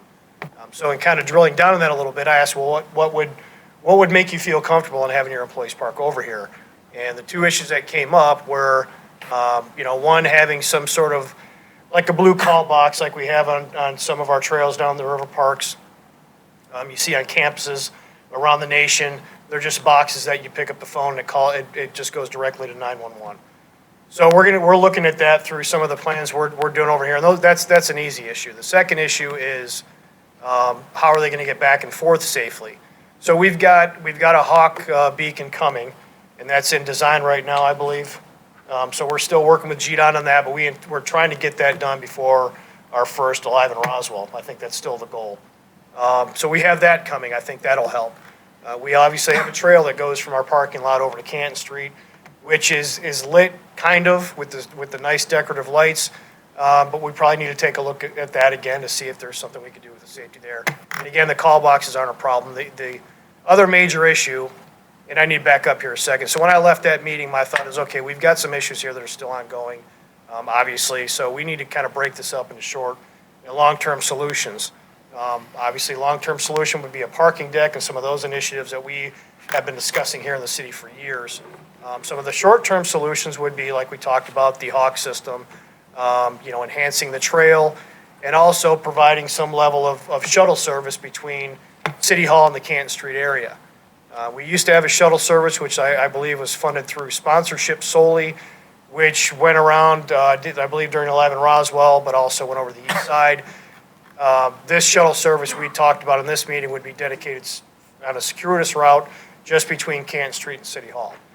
So after that, we had discussed as a body some of these options and how we would move forward. And I started to explore some of these short-term solutions and talked to Jeremy Scott, who operates 12 Oaks, I think it's 12 Oaks Parking. They're a company, they're over on Canton Street, and they provide the valet service that most of the businesses use now. So I asked him to provide a proposal, which he did, and it was, thank you, Scott, Jeremy, for doing that. And that proposal I want to use as kind of a primer for this discussion.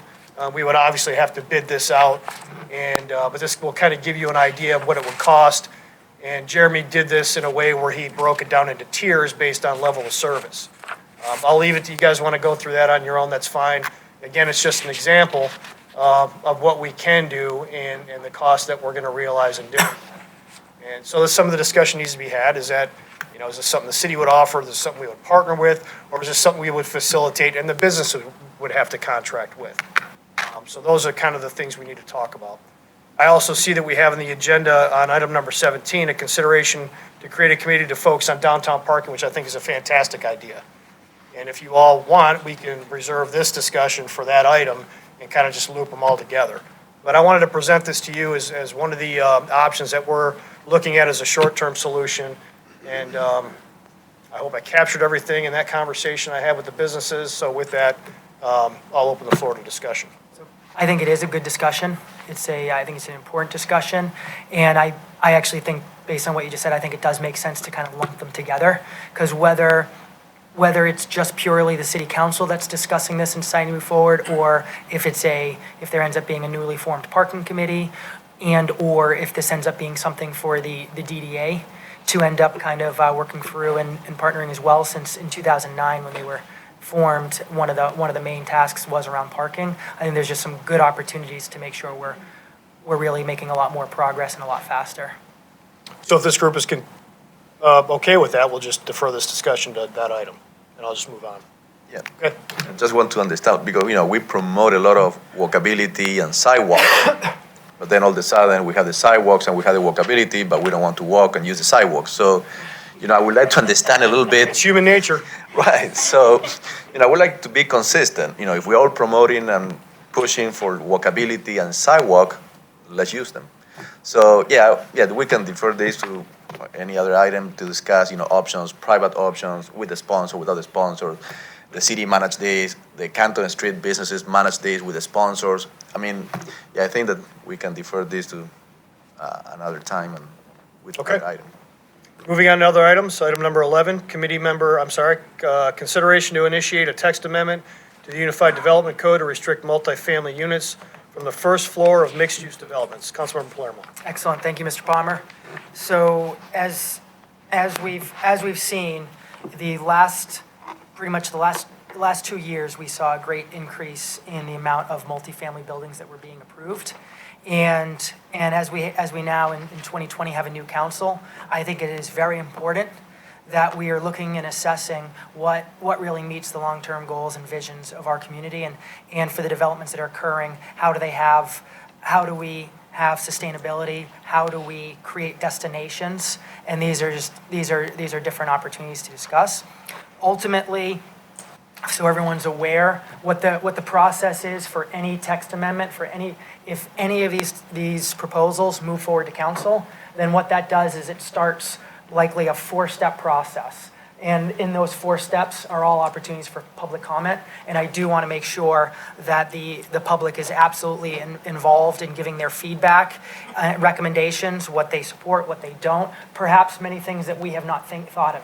Because, in fact, at least one of these items I had actually heard from a resident as something to really bring up and add. And so, again, what the next steps are is anything that passes today, that is to initiate. It's basically to move it to city council, and city council will have a public meeting with public comment where there'll be a vote to either, yes, let's initiate this, or no, let's not initiate this.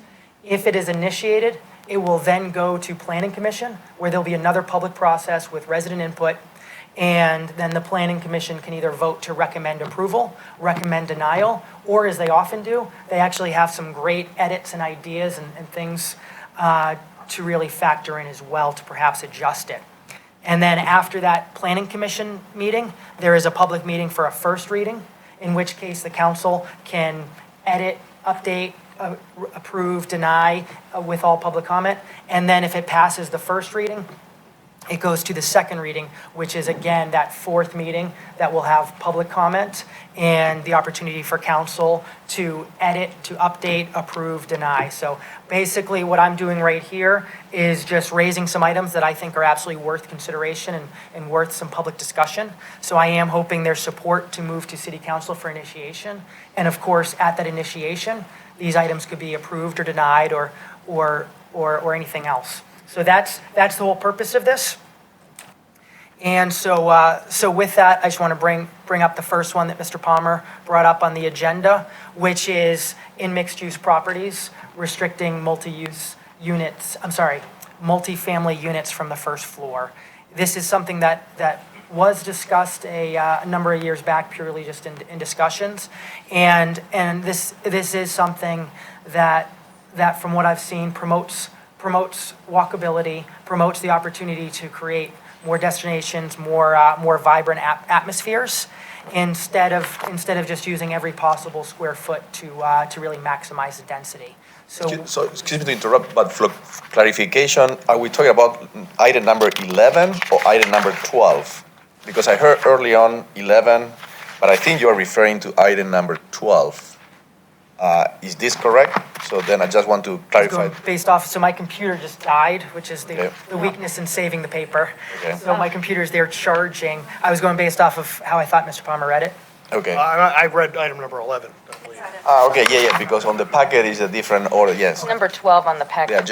It's not, Okay. Number 11 packet is a is 12. transportation item. We had a revised agenda, but you guys had a hard copy, so they weren't added to your book, but digitally it is corrected. But this is the new one. Let me get you a copy. okay, great. No, just for Am I reading clarification. off the right one? I think you are, because you say item 11, yes. But on the packet is item number 12, just for clarification. It is digitally correct. Sorry to interrupt you, Councilmember Palermo, but No problem at all. I've got a little bit of juice. I'm going to try to pull it over here. But ultimately, I'm going off of, Hold on a second, Mr. Halsey. Before you go on, before you initiate these things, you need to have something. I mean, you got ideas, but you don't have anything you can initiate today. Correct. Except for the cigar one. No, so it's my understanding in talking with ComDev staff. So basically, when I met with ComDev, I actually basically asked that question and shared the details. And what was discussed was that the committee was the opportunity to discuss the ideas and the details. And certainly, Mr. Halsey is obviously 100% correct that nothing can be initiated until there's the actual legal details. But it was my understanding, my discussion with ComDev staff, that anything that does pass today, they would create that documentation for the initiation. Thank you, Mr. Halsey.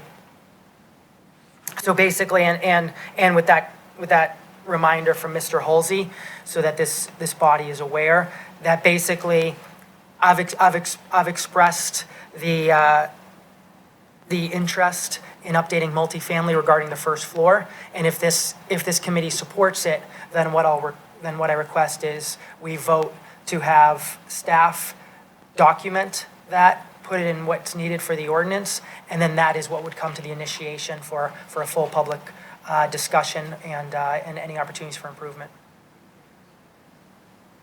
So unless there's any questions or discussion, I motion to have ComDev create the documentation needed and for this to come to the next mayor and council meeting. So motion on the floor, is there a second? second.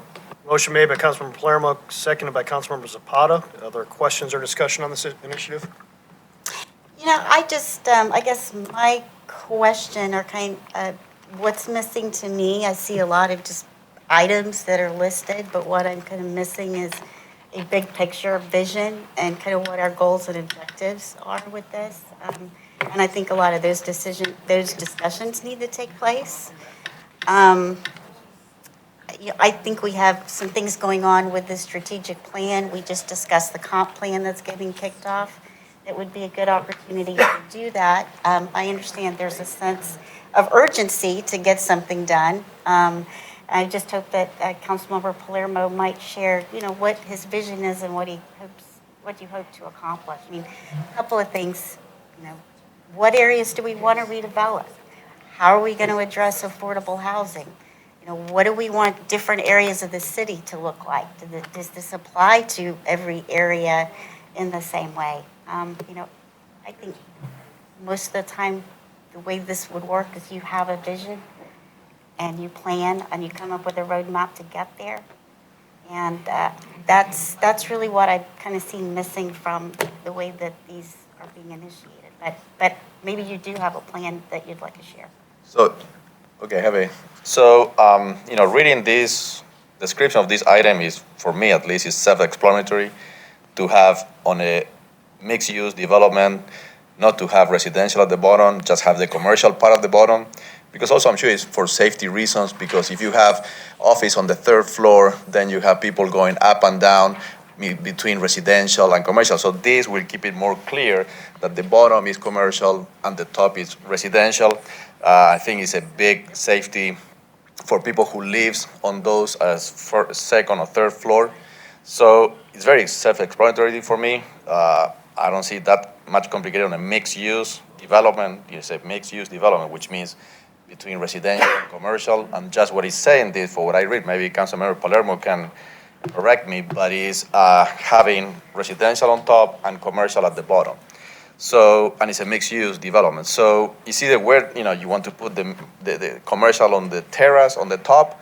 Does it make sense? Doesn't make sense. Makes sense more on the bottom, so make it more easy access for people who wants to shop there, working there, make their life easier, or you want to make life more complicated, having to go to the terrace area for the commercial part. So I think it's just using good judgment and common sense on a mixed-use development, having commercial at the bottom and residential on top. So I read like this. I don't know if I'm misreading this title here, but maybe Councilmember Palermo can correct my understanding. Your understanding is 100% correct. I mean, I think that's a wonderful design, and I think that works in some areas. I do have a lot of questions about it, and hopefully we will get a chance to explore, how it helps address some of our long-term goals, and even if, where it's feasible, what makes sense, and how we can accomplish. So I'm sure we'll be hopefully getting some information from staff that will help us make the right decision. So yeah, for me, it's two different issues. Where you put mixed-use development is one thing that the comp plan will totally address. And another thing is when you approve a mixed-use development, do you want to see the commercial at the bottom or you want to see the commercial on the top of the development? So it's two different things that they will be addressing two different arenas, I believe. So, but I think it's more than clear the purpose of this amendment. And I think that if I understood correctly, Councilmember Palermo, on your opening remarks, that there will be 4 different opportunities for public input. That is correct? That's correct. Okay, so this is just to initiate the first one of 4 different opportunities for public input, correct? That's correct. Great, thank you. Any further questions or comments? And the last thing I'll comment on is, so the way I'm suggesting it, the way I propose it here, is restricted from the entire first floor. What there's always the opportunity, and that is the way I am proposing and would like to see staff draft and us to discuss at council chambers in a public council meeting. But something I've seen is in Alpharetta, there's something that gives a certain percentage of the first floor is required to be non-residential. So I think that's an opportunity for discussion as well. Again, I'm proposing here 100%, but nonetheless, I'm certainly open to that discussion and seeing what works best for the community. So with that motion for ComDev staff to draft this and bring it to the next council meeting for initiation and discussion. Thank you. And there is a second on that. Alice, Jackie, do you guys have any, you guys good to go? Any concerns about workload?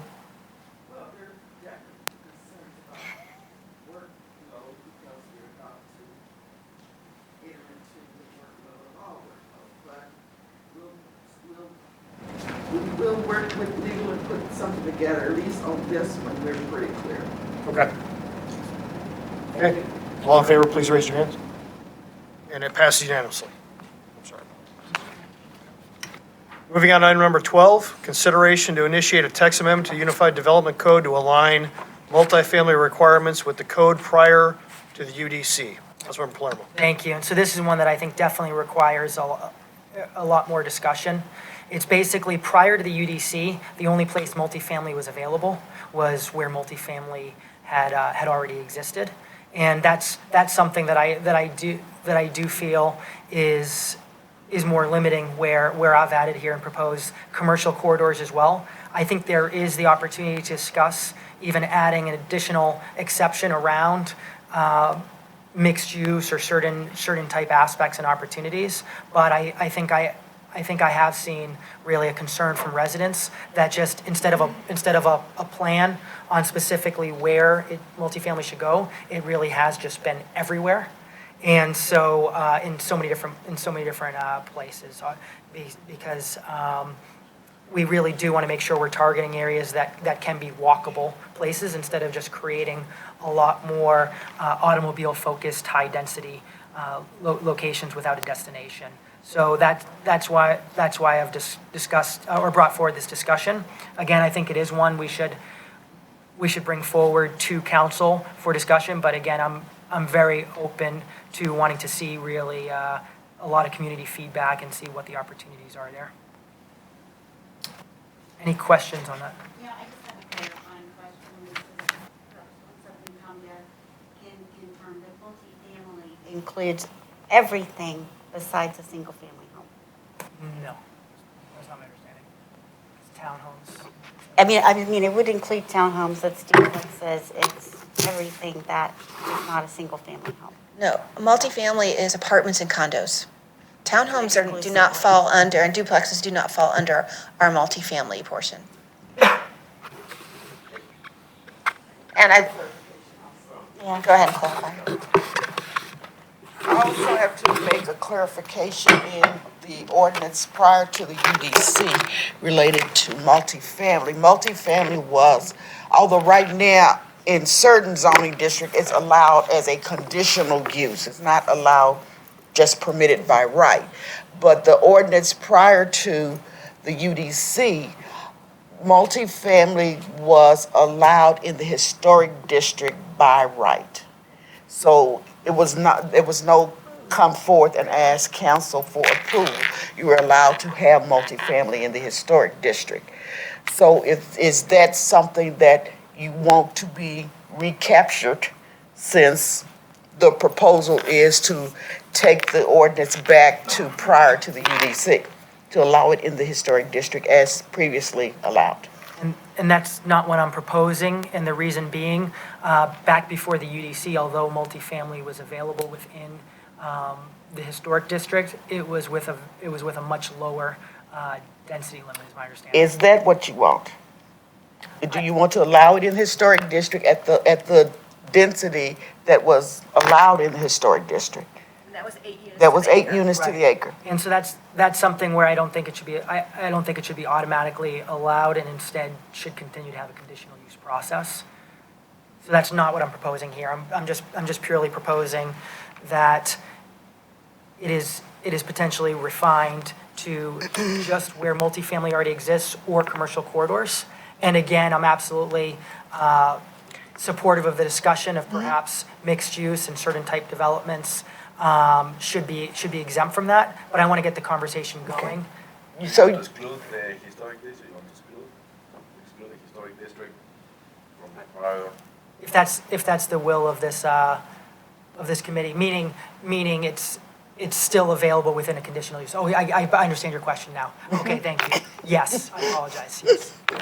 So what I'll have Jackie and her staff will bring forward to you the provisions that were in the old ordinance, and mayor and council can pick and choose which one they want, because they were allowed in certain cases outside of the historic district.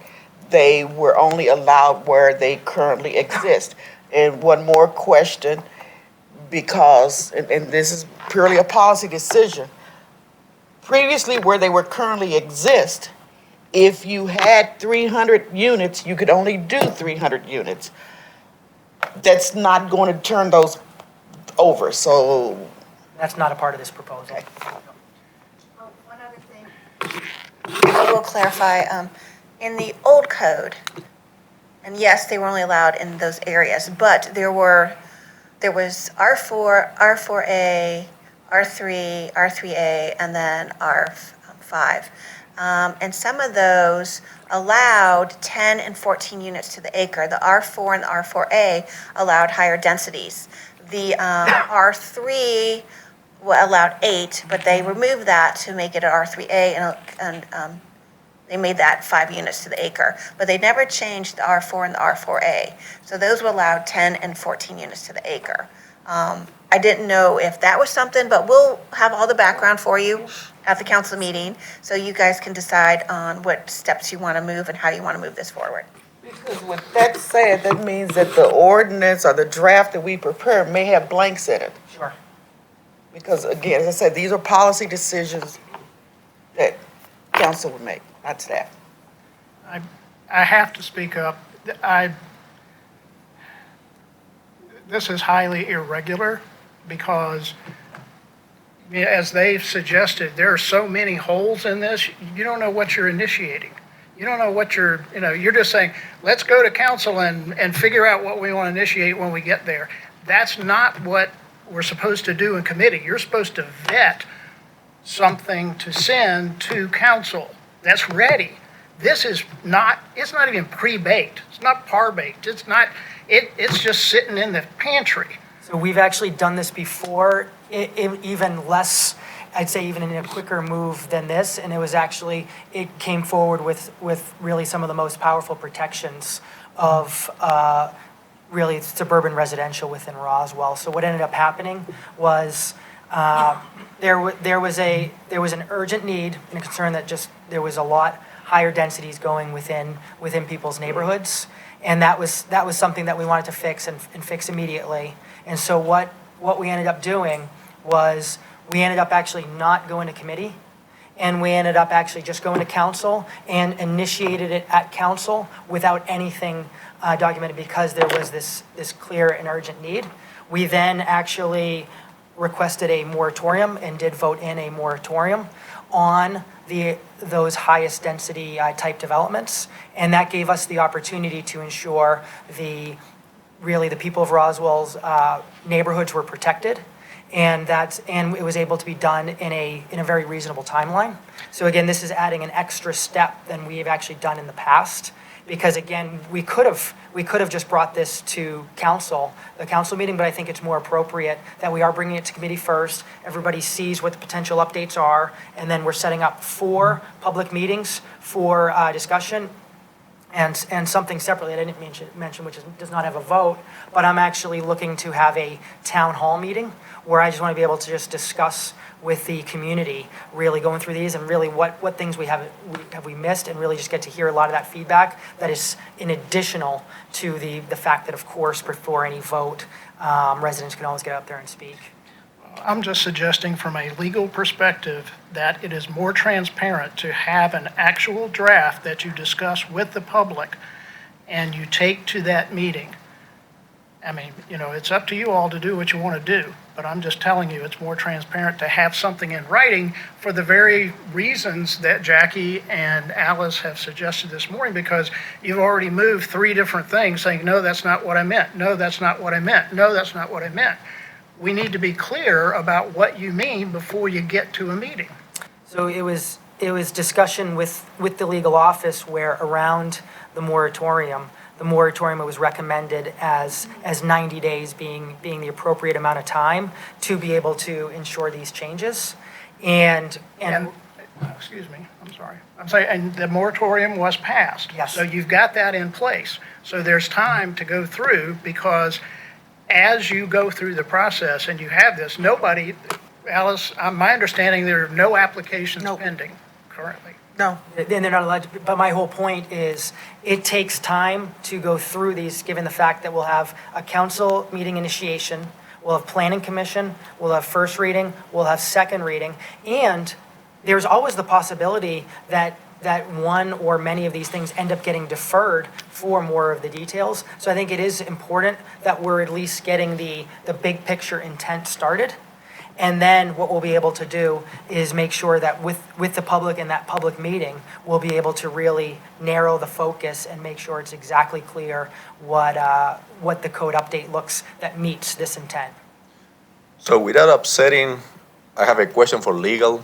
I don't want to upset, but is this, what is proposing Councilmember Palermo, legal to bring that item to mayor and council meeting? It's just from the pure legal point of view, without being upsetting anybody, but. No, it's legal. I'm just saying, on this particular item, it's unclear what's being brought forward.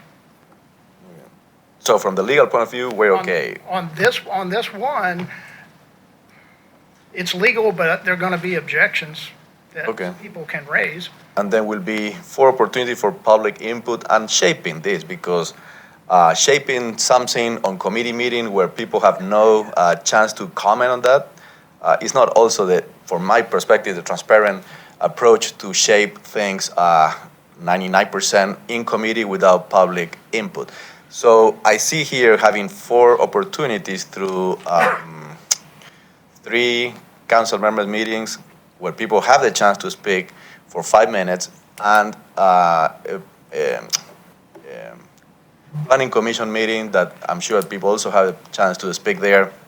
So I think that is more than transparent, shaping the idea to the final concept on the 4th meeting that is 100% with public input versus just shaping something 90% on a committee meeting without public input. So I support, it's legal. I understand from legal department that the process the process you are proposing for this item is legal, so I don't see any problem with this. From a workload point of view, I just want to make the council aware that this, before, even just to initiate, the staff is going to have to go and from what I understand, basically draft up an ordinance amendment to have ready just for you guys to vote on initiating. So it's a lot of work. And Alice and Jackie are always going to say, yes, I'll do it, but they're not going to tell you they've got a lot of stuff stacked up in the background that they're probably going to have to put off to do this. So when you guys consider these changes, I would like you also to consider the workload that's going to have to be realized by our city staff. So this is a lot of work just to initiate. So I would just ask you to be methodical about it.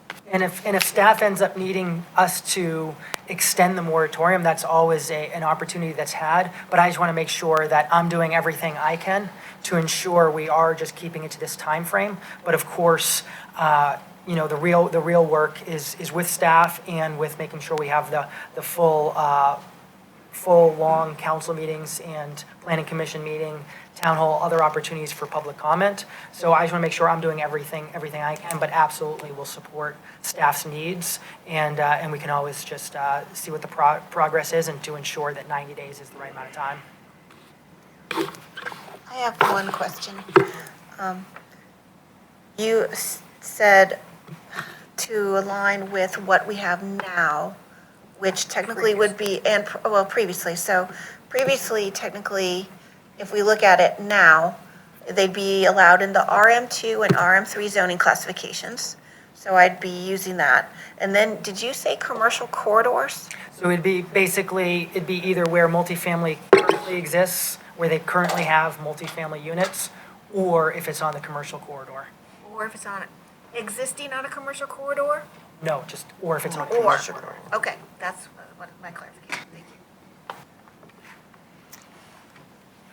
As this moves forward and you work with staff, I would like to see more information about your objectives and what you're hoping to achieve and your vision. I'm looking back at the 2035 comprehensive plan, and the very number one strategic goal is to promote a well-designed community.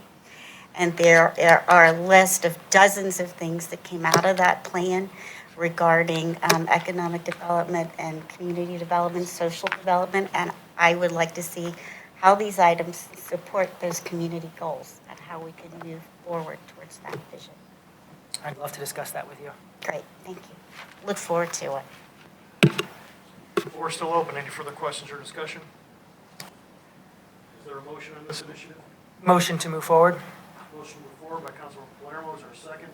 Second. Second by Councilor Hall. Any further questions or discussion? Yeah. Go ahead. Get a clarification real quick. Sure. What I have is that staff is going to draft this documentation as needed, so it's ready for initiation, and they will also provide the documentation with prior code for comparison. No, I don't need the prior You code don't need that? comparison. Okay. Alice, Jackie, you guys good to go on this? We'll do the best we can. All in favor, please raise your hands. It's unanimous. Thank you. Moving on to item number 13, consideration to initiate a text amendment to the Unified Development Code for properties that contain multifamily units to require what's FT? I don't know what 8 foot. Oh, I'm sorry. 8-foot multi-use trails. Councilor Palermo. So basically, everything I've read in a number of different, even just different viewpoints, talked about the wider sidewalks, increasing walkability and safety. And then obviously our densest developments should have that increased walkability and safety where we'd expect more pedestrian activity. So therefore, I would like staff to draft that any development with multifamily units would have 8-foot sidewalks. Floor is open. Motion to move forward? Motion to move forward by Councilmember Palermo. Is there a second? Second. Second by Councilmember Hall. Further questions or discussion? All in favor, please raise your hands. It's unanimous. Thank you. Item number 14, consideration to initiate a text amendment to the Unified Development Code to emulate the Parkway Village zoning for multifamily buildings. Thank you. Councilor Palermo. So this is something that was brought up to me by a resident that actually, it's a resident that lives on the east side and saw that, of course, a lot of large apartment developments or multifamily developments have been approved recently on the east side, and noticed that there's actually a discrepancy if you look at the available zoning on how it works for the east side compared to how it works on the west side, because with the west side, there's the Parkway Village zoning. And so basically, this is for staff, and I did, Ms. Dybel, forward to you. Or I think actually what I did was I think I replied to the resident and CC'd you. So there's a lot of detail behind that, but just that walks through discrepancy. So based on that information, just really wanting to level the playing field. So on that one, I just want to clarify that basically currently in the code, in Parkway Village, the two building types, the walk-up flat and the stack flat, are not allowed in Parkway Village in that section. So that's what you're asking for on the Holcomb Bridge Road corridor. Correct, because a mixed-use building is available, is that correct? Yes. So does that mean, since the corridor has a lot of zonings on it, so am I removing it from CX and CC then? Yes. Can keep it in CH. CH does not, CH is normally on Alpharetta Highway itself. Highway is the auto dealerships. Yes. For right now, just the goal is to really make things, make the playing field leveled with the east side. So at the moment, those two. Just those two, and obviously that could change at a council meeting. Understand. No, I totally support this initiative because, I've been asking for years why Holcomb Bridge on the east side has a different feel and look from the Highway 92, Crossville on the west, and I've been told that because the city of Roswell incorporated from Fulton County and they just kept the same zoning there. This is how I understood. And I was always thinking why we cannot mirror this. And now I see there's an opportunity here to mirror the look and feel of Highway 92, and I really am in support of this initiative because I think that not only will make more consistent the feel and look of Roswell and help to minimize the east and west discussion here, since we have one Roswell, one look and feel on a highway going east-west. So I'm so glad that you're bringing this because I've been asking why we cannot mirror the look and feel, and I see here an opportunity to do that, and I would love to second this. Okay, I've got one more clarifying question on that. When we write this one up, this is only for those in that area. It'll be listed as the Holcomb Bridge Road character area because we have other CC and CX properties in the city. So this is just to remove them from that section or from everywhere? Isn't there more than one character area on the On Holcomb Bridge Road, the corridor is just the, we'll have to indicate you're talking about the node and the corridor? Yes. Okay, we'll look at both. Motion to move forward? Second. Motion moved forward by Councilmember Palermo, seconded by Councilmember Zapata. Any further questions or discussion? I do have one question. This is a question that I've been asking Alice and Jackie since we met 5 or 6 years ago. One of the things that has always come up is just at the time that it was developed, that was put into play in 92, it was relatively undeveloped. They had just widened the road, so we were able to put requirements for fences and things like that in. So I guess the question would be what kind of process do we need to do similar things on kind of the shadow area? And then the other issue I have is because that area was brought from Fulton County and there's some underlying zoning, are there legal issues that we need to try to overcome? We have the issues exactly, not the issue, but exactly what you said is that Parkway Village was created for 92 when it was virtually no development. So it's a lot easier to put in all of these wonderful design things when it's green and it comes in for development, you apply it. On the east side, the majority of what's there was developed under Fulton County, so the city annexed what Fulton County had approved. the only way to implement, to put in, because I guess it's the split rail fencing and that type of thing on the east side is as property comes in to develop. Now, if property comes in and they're just doing a facelift, they're just painting, it don't trigger all of those it wouldn't trigger the design improvements. But those are things that can be, if put into or incorporated, if and when a development, something comes in for a complete redevelopment. It may be that side of town has to come up with kind of their own design versus what's on the west side, because the west side was developed under a different set of rules than the east side. Sure. And it might want a slightly different character. And that's true, they might want a slightly different character. Right. So do you want that in the ordinance that we draft, or is that step 2 after we draft this one? That that's This- something we would work towards as Is that character something that guidelines. you're looking And those are Sure. things that we had talked about as the comp plan that in Right, fact, when we right, met with the right, consultant, we right, talked about that. exactly. Right, sure, absolutely. I think that should be included. So yeah, because since we annex this part from Fulton County, we have been seeing some redevelopment and some big ones, like recently the Super Target. So if we have this in place back then, I wish you council member brought this before, then we would have a similar look and feel and design and something more creative. But even with the Super Target, part of their overall landscaping plan, which they even increased what we were asking for, was approved by city council. And I understood that, all the stores on the front there that used to be when they built the Super Target in the first place, they were all right next to the road on the sidewalk. They didn't have much setback. And I understand, correct me if I'm wrong, if this was under the Park Village, we have some setbacks. If it was under Parkway Village, when it went through in 2006, it would have had the 40-foot streetscape with the white fencing and everything else. When they got approved by council in 2006, the council at the time chose, they used the Master Plan Mixed Use Development District, MPMUD. And that's what they used when they went through in '06. And they did a layout based on that. So it didn't have all the different design characteristics that the Parkway Village I District mean, it were. had Some. their own set of design guidelines, so. And I think another example of that is Allsted, right?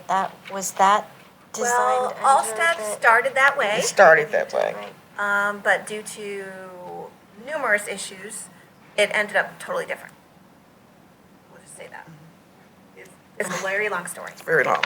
I think there's some lessons learned from that one that we can look into as we're going through this process. And again, Allstate went through the process, so it's Yes. not like they did anything wrong. Right, sure. They have built what was approved. Right. Motion on the floor in a second. All in favor, please raise your hands. Unanimous, thank you. Moving on to item number 15, consideration of a text amendment to the Unified Development Code to Article 4, Section 4.1.3, CX, Commercial Mixed Use regarding intended requirements. Councilman Palermo. Thank you. So before I get into item number 15, I want to give a clarification so everyone's aware. The majority of these items on here, including number 15, if they are passed and they become the new ordinance and the new zoning code, it doesn't mean that there's not an opportunity for developers to request to not follow and have a variance or something along those lines. This is just making it so that at least the expectation is clear, and there'll be a public process, and it'll be very visible if they're not meeting these requirements. So item number 15, this is obviously related to a long discussion we had with over 8 public meetings in either 2017 or 2018. No, I'm sorry, either 2018 or 2019. So basically, there's more work for us to do regarding mixed use, but this is at least, I believe, an important start. The code says that commercial mixed use should be primarily commercial/retail. Obviously, we saw a large development opportunity get approved as having 4% commercial/retail, which does not meet my definition of primarily. And so I think we need to just make it clear and therefore have the requirement in the code, which there could always be a variance request if a developer feels there's some good benefits to not meeting it, but ultimately just add that it must be at least 50% of the square footage should be commercial/retail. And with that, so that's where I'm recommending, just going above 50%. I think what we're gonna find, based off of Planning Commission's recommendation last year, they had actually said it should be even higher. They felt, I forget if it was 60 or 75, so they supported the change, supported it at a higher rate. Unfortunately, the majority of the council did not support it, but I wanna bring it back for that. If I may, if that's the way the group wants to go, it's our suggestion that we put that in a different section, because you don't regulate or seek variances through the intent statements. I trust your judgment on the best location for all of these. Councilor Palermo, 50% is not the primary, mathematically it's not. So 51%, I believe, is primary. You're right, I said at So- least, I should have said over, it should be over 50%. So, to be on the safe side, maybe 60% is more primary commercial, so. And I think there's an argument for that. It's something I could support. My preference would be just to move it forward at 50% right now and have more discussion on it. And again, knowing the Planning Commission is going to weigh in, that was their recommendation last time. And so we could even include the request of the Planning Commission. They look back to their discussion and their points before as they think about the best approach here now. Okay, thank you. So motion to move forward with the requirement to be over 50%. Motion to move forward by Councilmember Palermo. Are you good with that language? Okay. Second by Councilmember Zapata. Any further questions or discussion? Yeah, just one other point here. I think that bringing in more commercial, retail, restaurant business is very important, but I also think we need to look at what is economically viable in the marketplace. So I'm hoping that as we move forward in this process, we can actually look at some of those facts as well. So, quick question. So then, if a property is commercial mixed use, zoned for commercial mixed use, and then doesn't make sense from the economic point of view, could be rezoned to residential mixed use then? Well, Could be. it's highly Process could be. unlikely. It could be. Okay. But it's highly unlikely if someone is going to rezone very, very, very expensive commercial property to just residential, unless it's some type of multifamily residential. I mean, they could, but it's unlikely. In my tenure Yes. here, It's, it's only happened once, and I was not the director, I was the staff planner who worked on it, and I actually disagreed with the recommendation to change that. It was highway commercial zoning, and it is now a residential development that has a mix of different housing types in there. and you also have to think about, I would suggest the city think about that type of zoning from a taxing standpoint. Well, no, I mean, just for the pure logic, unfortunately, sometimes the way I think pure logic, and if you call commercial mixed use being commercial primary use, then if it's not, doesn't make sense from the logical point of view. I mean, if you say that this property is not viable for commercial, mainly commercial, I understand that, I get it. So then you have the option of residential mixed use, which is more heavy residential than commercial. That is purely a decision that property owner and that developer has to take. Yeah, based on the economics, and if they, so for me, from the pure logical, if it's mainly commercial, have to be mainly commercial. If it's mainly residential, have to be mainly residential. But saying mainly commercial, but then it's not, it's kind of, okay, so let's eliminate the mainly part of the description then. So, but, yeah, it's important. Yeah, because I mean, ultimately, this city council has no obligation to just maximize profitability for apartment developers. So I think there needs to be really a win-win on how do we create destinations, how do we really just move our city forward, and it's not just with something that should be primarily commercial/retail, and it ends up being 96% residential. So that's where I think that's a great example. So motion to move forward. So we have a motion on the floor and a second to move forward. Any further questions or discussion? All in favor, please raise your hands. And it's unanimous. Thank you. And so that concludes my items that were related to apartments. What I want to bring up is again the fact that I'm looking forward to a lot of community discussion. So there certainly could be some that get added. There certainly could be some of these items that don't end up passing. They could just be a lot of just different edits, and I look forward to that discussion. One that I do want to just let this body know and let staff know, it had also been brought to my attention by a resident that in Alpharetta, they have an interesting rule that basically says if apartments are approved, they have 2 years to start. And that's something I want to learn more. That was just brought to my attention this week. I want to learn more about that, but I think that's just interesting and want to understand and discuss. Leads to, I guess, the reversion clause. We haven't talked to the city of, to the Alpharetta director about that. We can, but I'll let Ms. Halsey speaks to reversions. Well, when it's drafted, we'll. Okay, and again, I'm not moving forward anything to be drafted right now, but it is something I want to learn about and could potentially see when to draft. Again, those are policy decisions. We'll get you the information. So you mean that when the project's approved, they have certain time to start breaking ground or start building? A resident had looked up their Muni code and saw that it was basically, I think it was just, I don't know if it was dirt needed to start moving in 2 years forward or what the rule was, but there was something 2 years or else they no longer had that apartment approval. Right, yeah, because we just discussed with the staff this last week, and I brought this to the staff last week as well.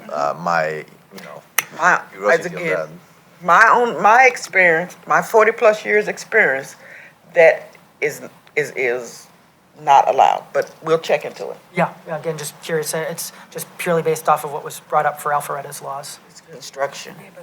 Ready? It's construction. Item number 16, consideration of amendment to the Unified Development Code to delete section 10.1.6, Bravo, building construction prior to 1959, and amend section 10.1.6.6, Charlie C, buildings constructed since 1959. Councilmember Palermo. Great, thank you, Mr. Palmer. So this is an item that I had brought forward a year or two ago and did not end up having majority support. As just a refresher, the reason I brought this forward is because basically what we've been seeing in our downtown is really some artificial demand being created, which has I feel negatively impacted the downtown in two different ways. One, by creating a larger strain on parking, and number two, by really reducing the diversification of different business types and different businesses in our downtown. Because what we have seen happen is we've seen that, so basically if a building's constructed before 1959, they're not required to have any parking. And so they're grandfathered in. And I do get grandfathering in, and I support grandfathering in. But my concern is it was not grandfathered in for the current use. It was just, the grandfathered in was just saying they have no requirement for any parking. So the problem is you have retail or other type of commercial uses that have a smaller strain on parking. They use less parking. And then they end up, that retail place converts to, or any other business, converts to a restaurant, which has a much higher parking need. So that's why our code has a higher parking requirement for restaurants, and they use more parking. So therefore, what we've been seeing is we've been seeing more and more places that are built before 1959 turning into restaurants, using more parking, and not having any additional parking come up. So basically, I brought this up a year or two ago. It was voted down. It was done with. But ultimately, about a month or so ago, I met with, I believe, 8 or 9 restaurant owners that owned 9 or 10 restaurants in Roswell and many more outside of Roswell. And they wanted to talk about the entire parking discussion, hence the next item that I want to discuss as well. But they had actually, all but one of them, so I think if there were 9 restaurant owners, 8 of them had supported and requested that this come back. There's also another restaurant owner, Roswell restaurant owner, that was not at that meeting, that separately has come to open mic night and shown support for this as well. So basically, what this proposes is that everything built before 1959 is grandfathered in for its current use. But if they switch to a use that requires a larger amount of parking, then they would be required to do one of 2 things. Either they can be required to come up with the parking, and that could just be the sole solution. And again, I'm flexible on that. It could just be they're required to come up with the parking, which our code allows that in a certain number of yards or meters that they can rent parking spots. That's one opportunity. But then, or they could pay into a fund and just pay the city, which I feel the city then should only be able to use towards parking solutions. Whether that's building a parking deck, whether that's renting more spaces, but ultimately they pay for those additional spots being used. And again, a lot of this, this was actually based off of Alpharetta's code. So Alpharetta has a similar requirement, not the 1959 aspect, but the aspect that businesses that don't have the parking pay into the parking. So that's something that was drafted a year or 2 ago, and I do want a motion to move forward to council for potential initiation. That's your motion? That'll be my motion. A motion on the floor to move forward for council initiation. Is there a second? I'm sorry. Motion by Councilmember Palermo. Is there a second? Sorry, we discussed this item in the past, right? You did. Okay, second. Second by Councilmember Zapata. Any further questions or discussion? All in favor, please raise your hands. It's unanimous. Thank you. Item number 17, consideration to create a committee to focus on downtown parking. Councilmember Palermo. Thank you. So as I mentioned about a month ago or so, a number of restaurant owners wanted to sit down and again just discuss, around the parking challenges. And I think there obviously are parking challenges and they need to be addressed. And I think the problem that we've seen, which we've all learned go long before any of us were elected officials. In fact, I want to say a resident brought into one of these meetings showing a clipping from, I want to even say the 1990s, where it was discussed as something that needed to be solved. And then also, again, there was the documentation that when the DDA was formed, parking was one of the main, one of the things for them to focus on and solve. And ultimately, we have made some progress, and it's small steps, but at least they're small steps in the right direction of we have multiple lots that are now leased for the parking. We're coming up with the beacon, which I think is a great solution to make it easier to park at City Hall. Because today, if you park at City Hall, you have to cross 2 lanes and then 4 lanes to get over to Canton Street.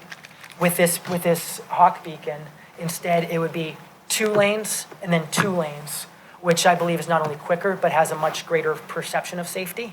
So I think we are doing some good things that are moving us in the right direction. But at the same time, the way it seems is there'll be a lot of discussion from not only owners downtown but also residents that are going to do business. So there'll be a discussion. Something should be done, and then it just kind of ends there, and then it comes back up. And instead, I think it's healthier if we do have a focus in a group that's really discussing. And again, I got this partly from seeing in Alpharetta, just as I brought forward really an idea like in Alpharetta regarding an events committee. Same thing, potentially coming up with a parking committee. If we do go that direction, I think it is important that it's a group that has both business owners and residents to represent multiple perspectives. I also think it's important that it doesn't seem like anyone has pretty much predetermined what the solution is, because I do feel it's important that residents feel that this, all different opportunities were looked at. I think so I want to discuss the potential of creating a committee for this. I also want to discuss the potential that the DDA is going to have just really the opportunity to work with council and start really working together on where are areas they can and should focus. And I think one of those potential areas is on parking. And, through Mr. Palmer had brought forward the shuttle discussion. I think that's an example of the discussion, whether it's the DDA and the parking committee, it's just one of them. Nonetheless, I think this is a good opportunity. And, with it, I really do want to make sure that they're exploring everything. And in fact, there's a restaurant owner that actually sees the potential and wants to really discuss the potential of even seeing a partnership where there's the opportunity for a parking deck, and it's not 100% the city paying for it, or it's not a bond which residents could either approve or deny or something along those lines. And instead, just looking for opportunities for private investors to kind of help create a solution as well. And again, not saying that definitely is a solution that's going to occur, but it's just the fact that we want to look at all possible solutions. But this is something that's so important. I do want to make sure that we're getting this. We're discussing this, and I want everybody to have a chance to kind of really just discuss and really think about, because ultimately with the timing of the DDA opportunities that we have, it is interesting time. And so I do think this discussion should be aligned with the DDA discussion that I think we should be seeing in the next few weeks. But I wanted to bring it up here, see if anybody has any questions, concerns, hesitations, just recommendations. And again, likely, this is one I probably want to bring up, just because as, with the opportunity of the DDA wanting to kind of dig into things, I just want to make sure we're aligning all of our goals together. And Mr. Palmer, your items that you brought, I think, are very relevant as well, and definitely making this here safe, looking at opportunities for investors, et cetera, for that. And again, those are examples of things that I could think could be discussed by the DDA and or a parking committee. Agreed. I just have a question. So the DDA would be the liaison with the parking committee, and they would communicate with council? I think that's one opportunity. I think one opportunity is they're a liaison and they work together. I think another opportunity is temporarily with some updates around the DDA. It might just be them, and they're hearing from different business owners, residents, and they're kind of gathering the information, and we're looking at, do we want this committee to start in the future at a later point? It's just I see a lot of different opportunities, and seeing the progress being made regarding the DDA. That's what had me potentially seeing them as a big part of this puzzle. I see a lot of potential to having the parking committee and getting some good, viable, some input from the business owners there. I know in the past the DDA has proposed some ideas that they've looked to the city for partnership with, but nothing has really been able to move forward. There's also a proposal for a parking study. So I think knowing that those things are out there, that's something that the incoming DDA as well as the parking committee can take a look at. And I think together we can make a lot of progress, understanding that the city needs to be the partner with the committee and the DDA to make some progress. Would you propose to have a certain time period for this committee to function, or is indefinitely the committee? Would you consider 2 years, or in 2 years they have to come with 1 year, because then, just to put, not pressure, but to have a beginning and ending of this process and committee and solution? I like that idea. I think it should be for a fixed time. Obviously, this council could easily extend it, make changes, not make changes, but I do like that idea. What I'd like everybody to do is for everybody to think about, what makes sense with the timing of the kind of the reformed DDA, as well as you think about a parking committee, what do you feel is the right way to kind of see who those relevant members are that are going to provide those different perspectives. So those are just some things to think about. And unless somebody prefers to go ahead and officially move this forward now, my preference is to take this back probably to committee next month. Is there specific homework to bring back to committee next month? It's more of just thinking about what do you see them looking at and accomplishing?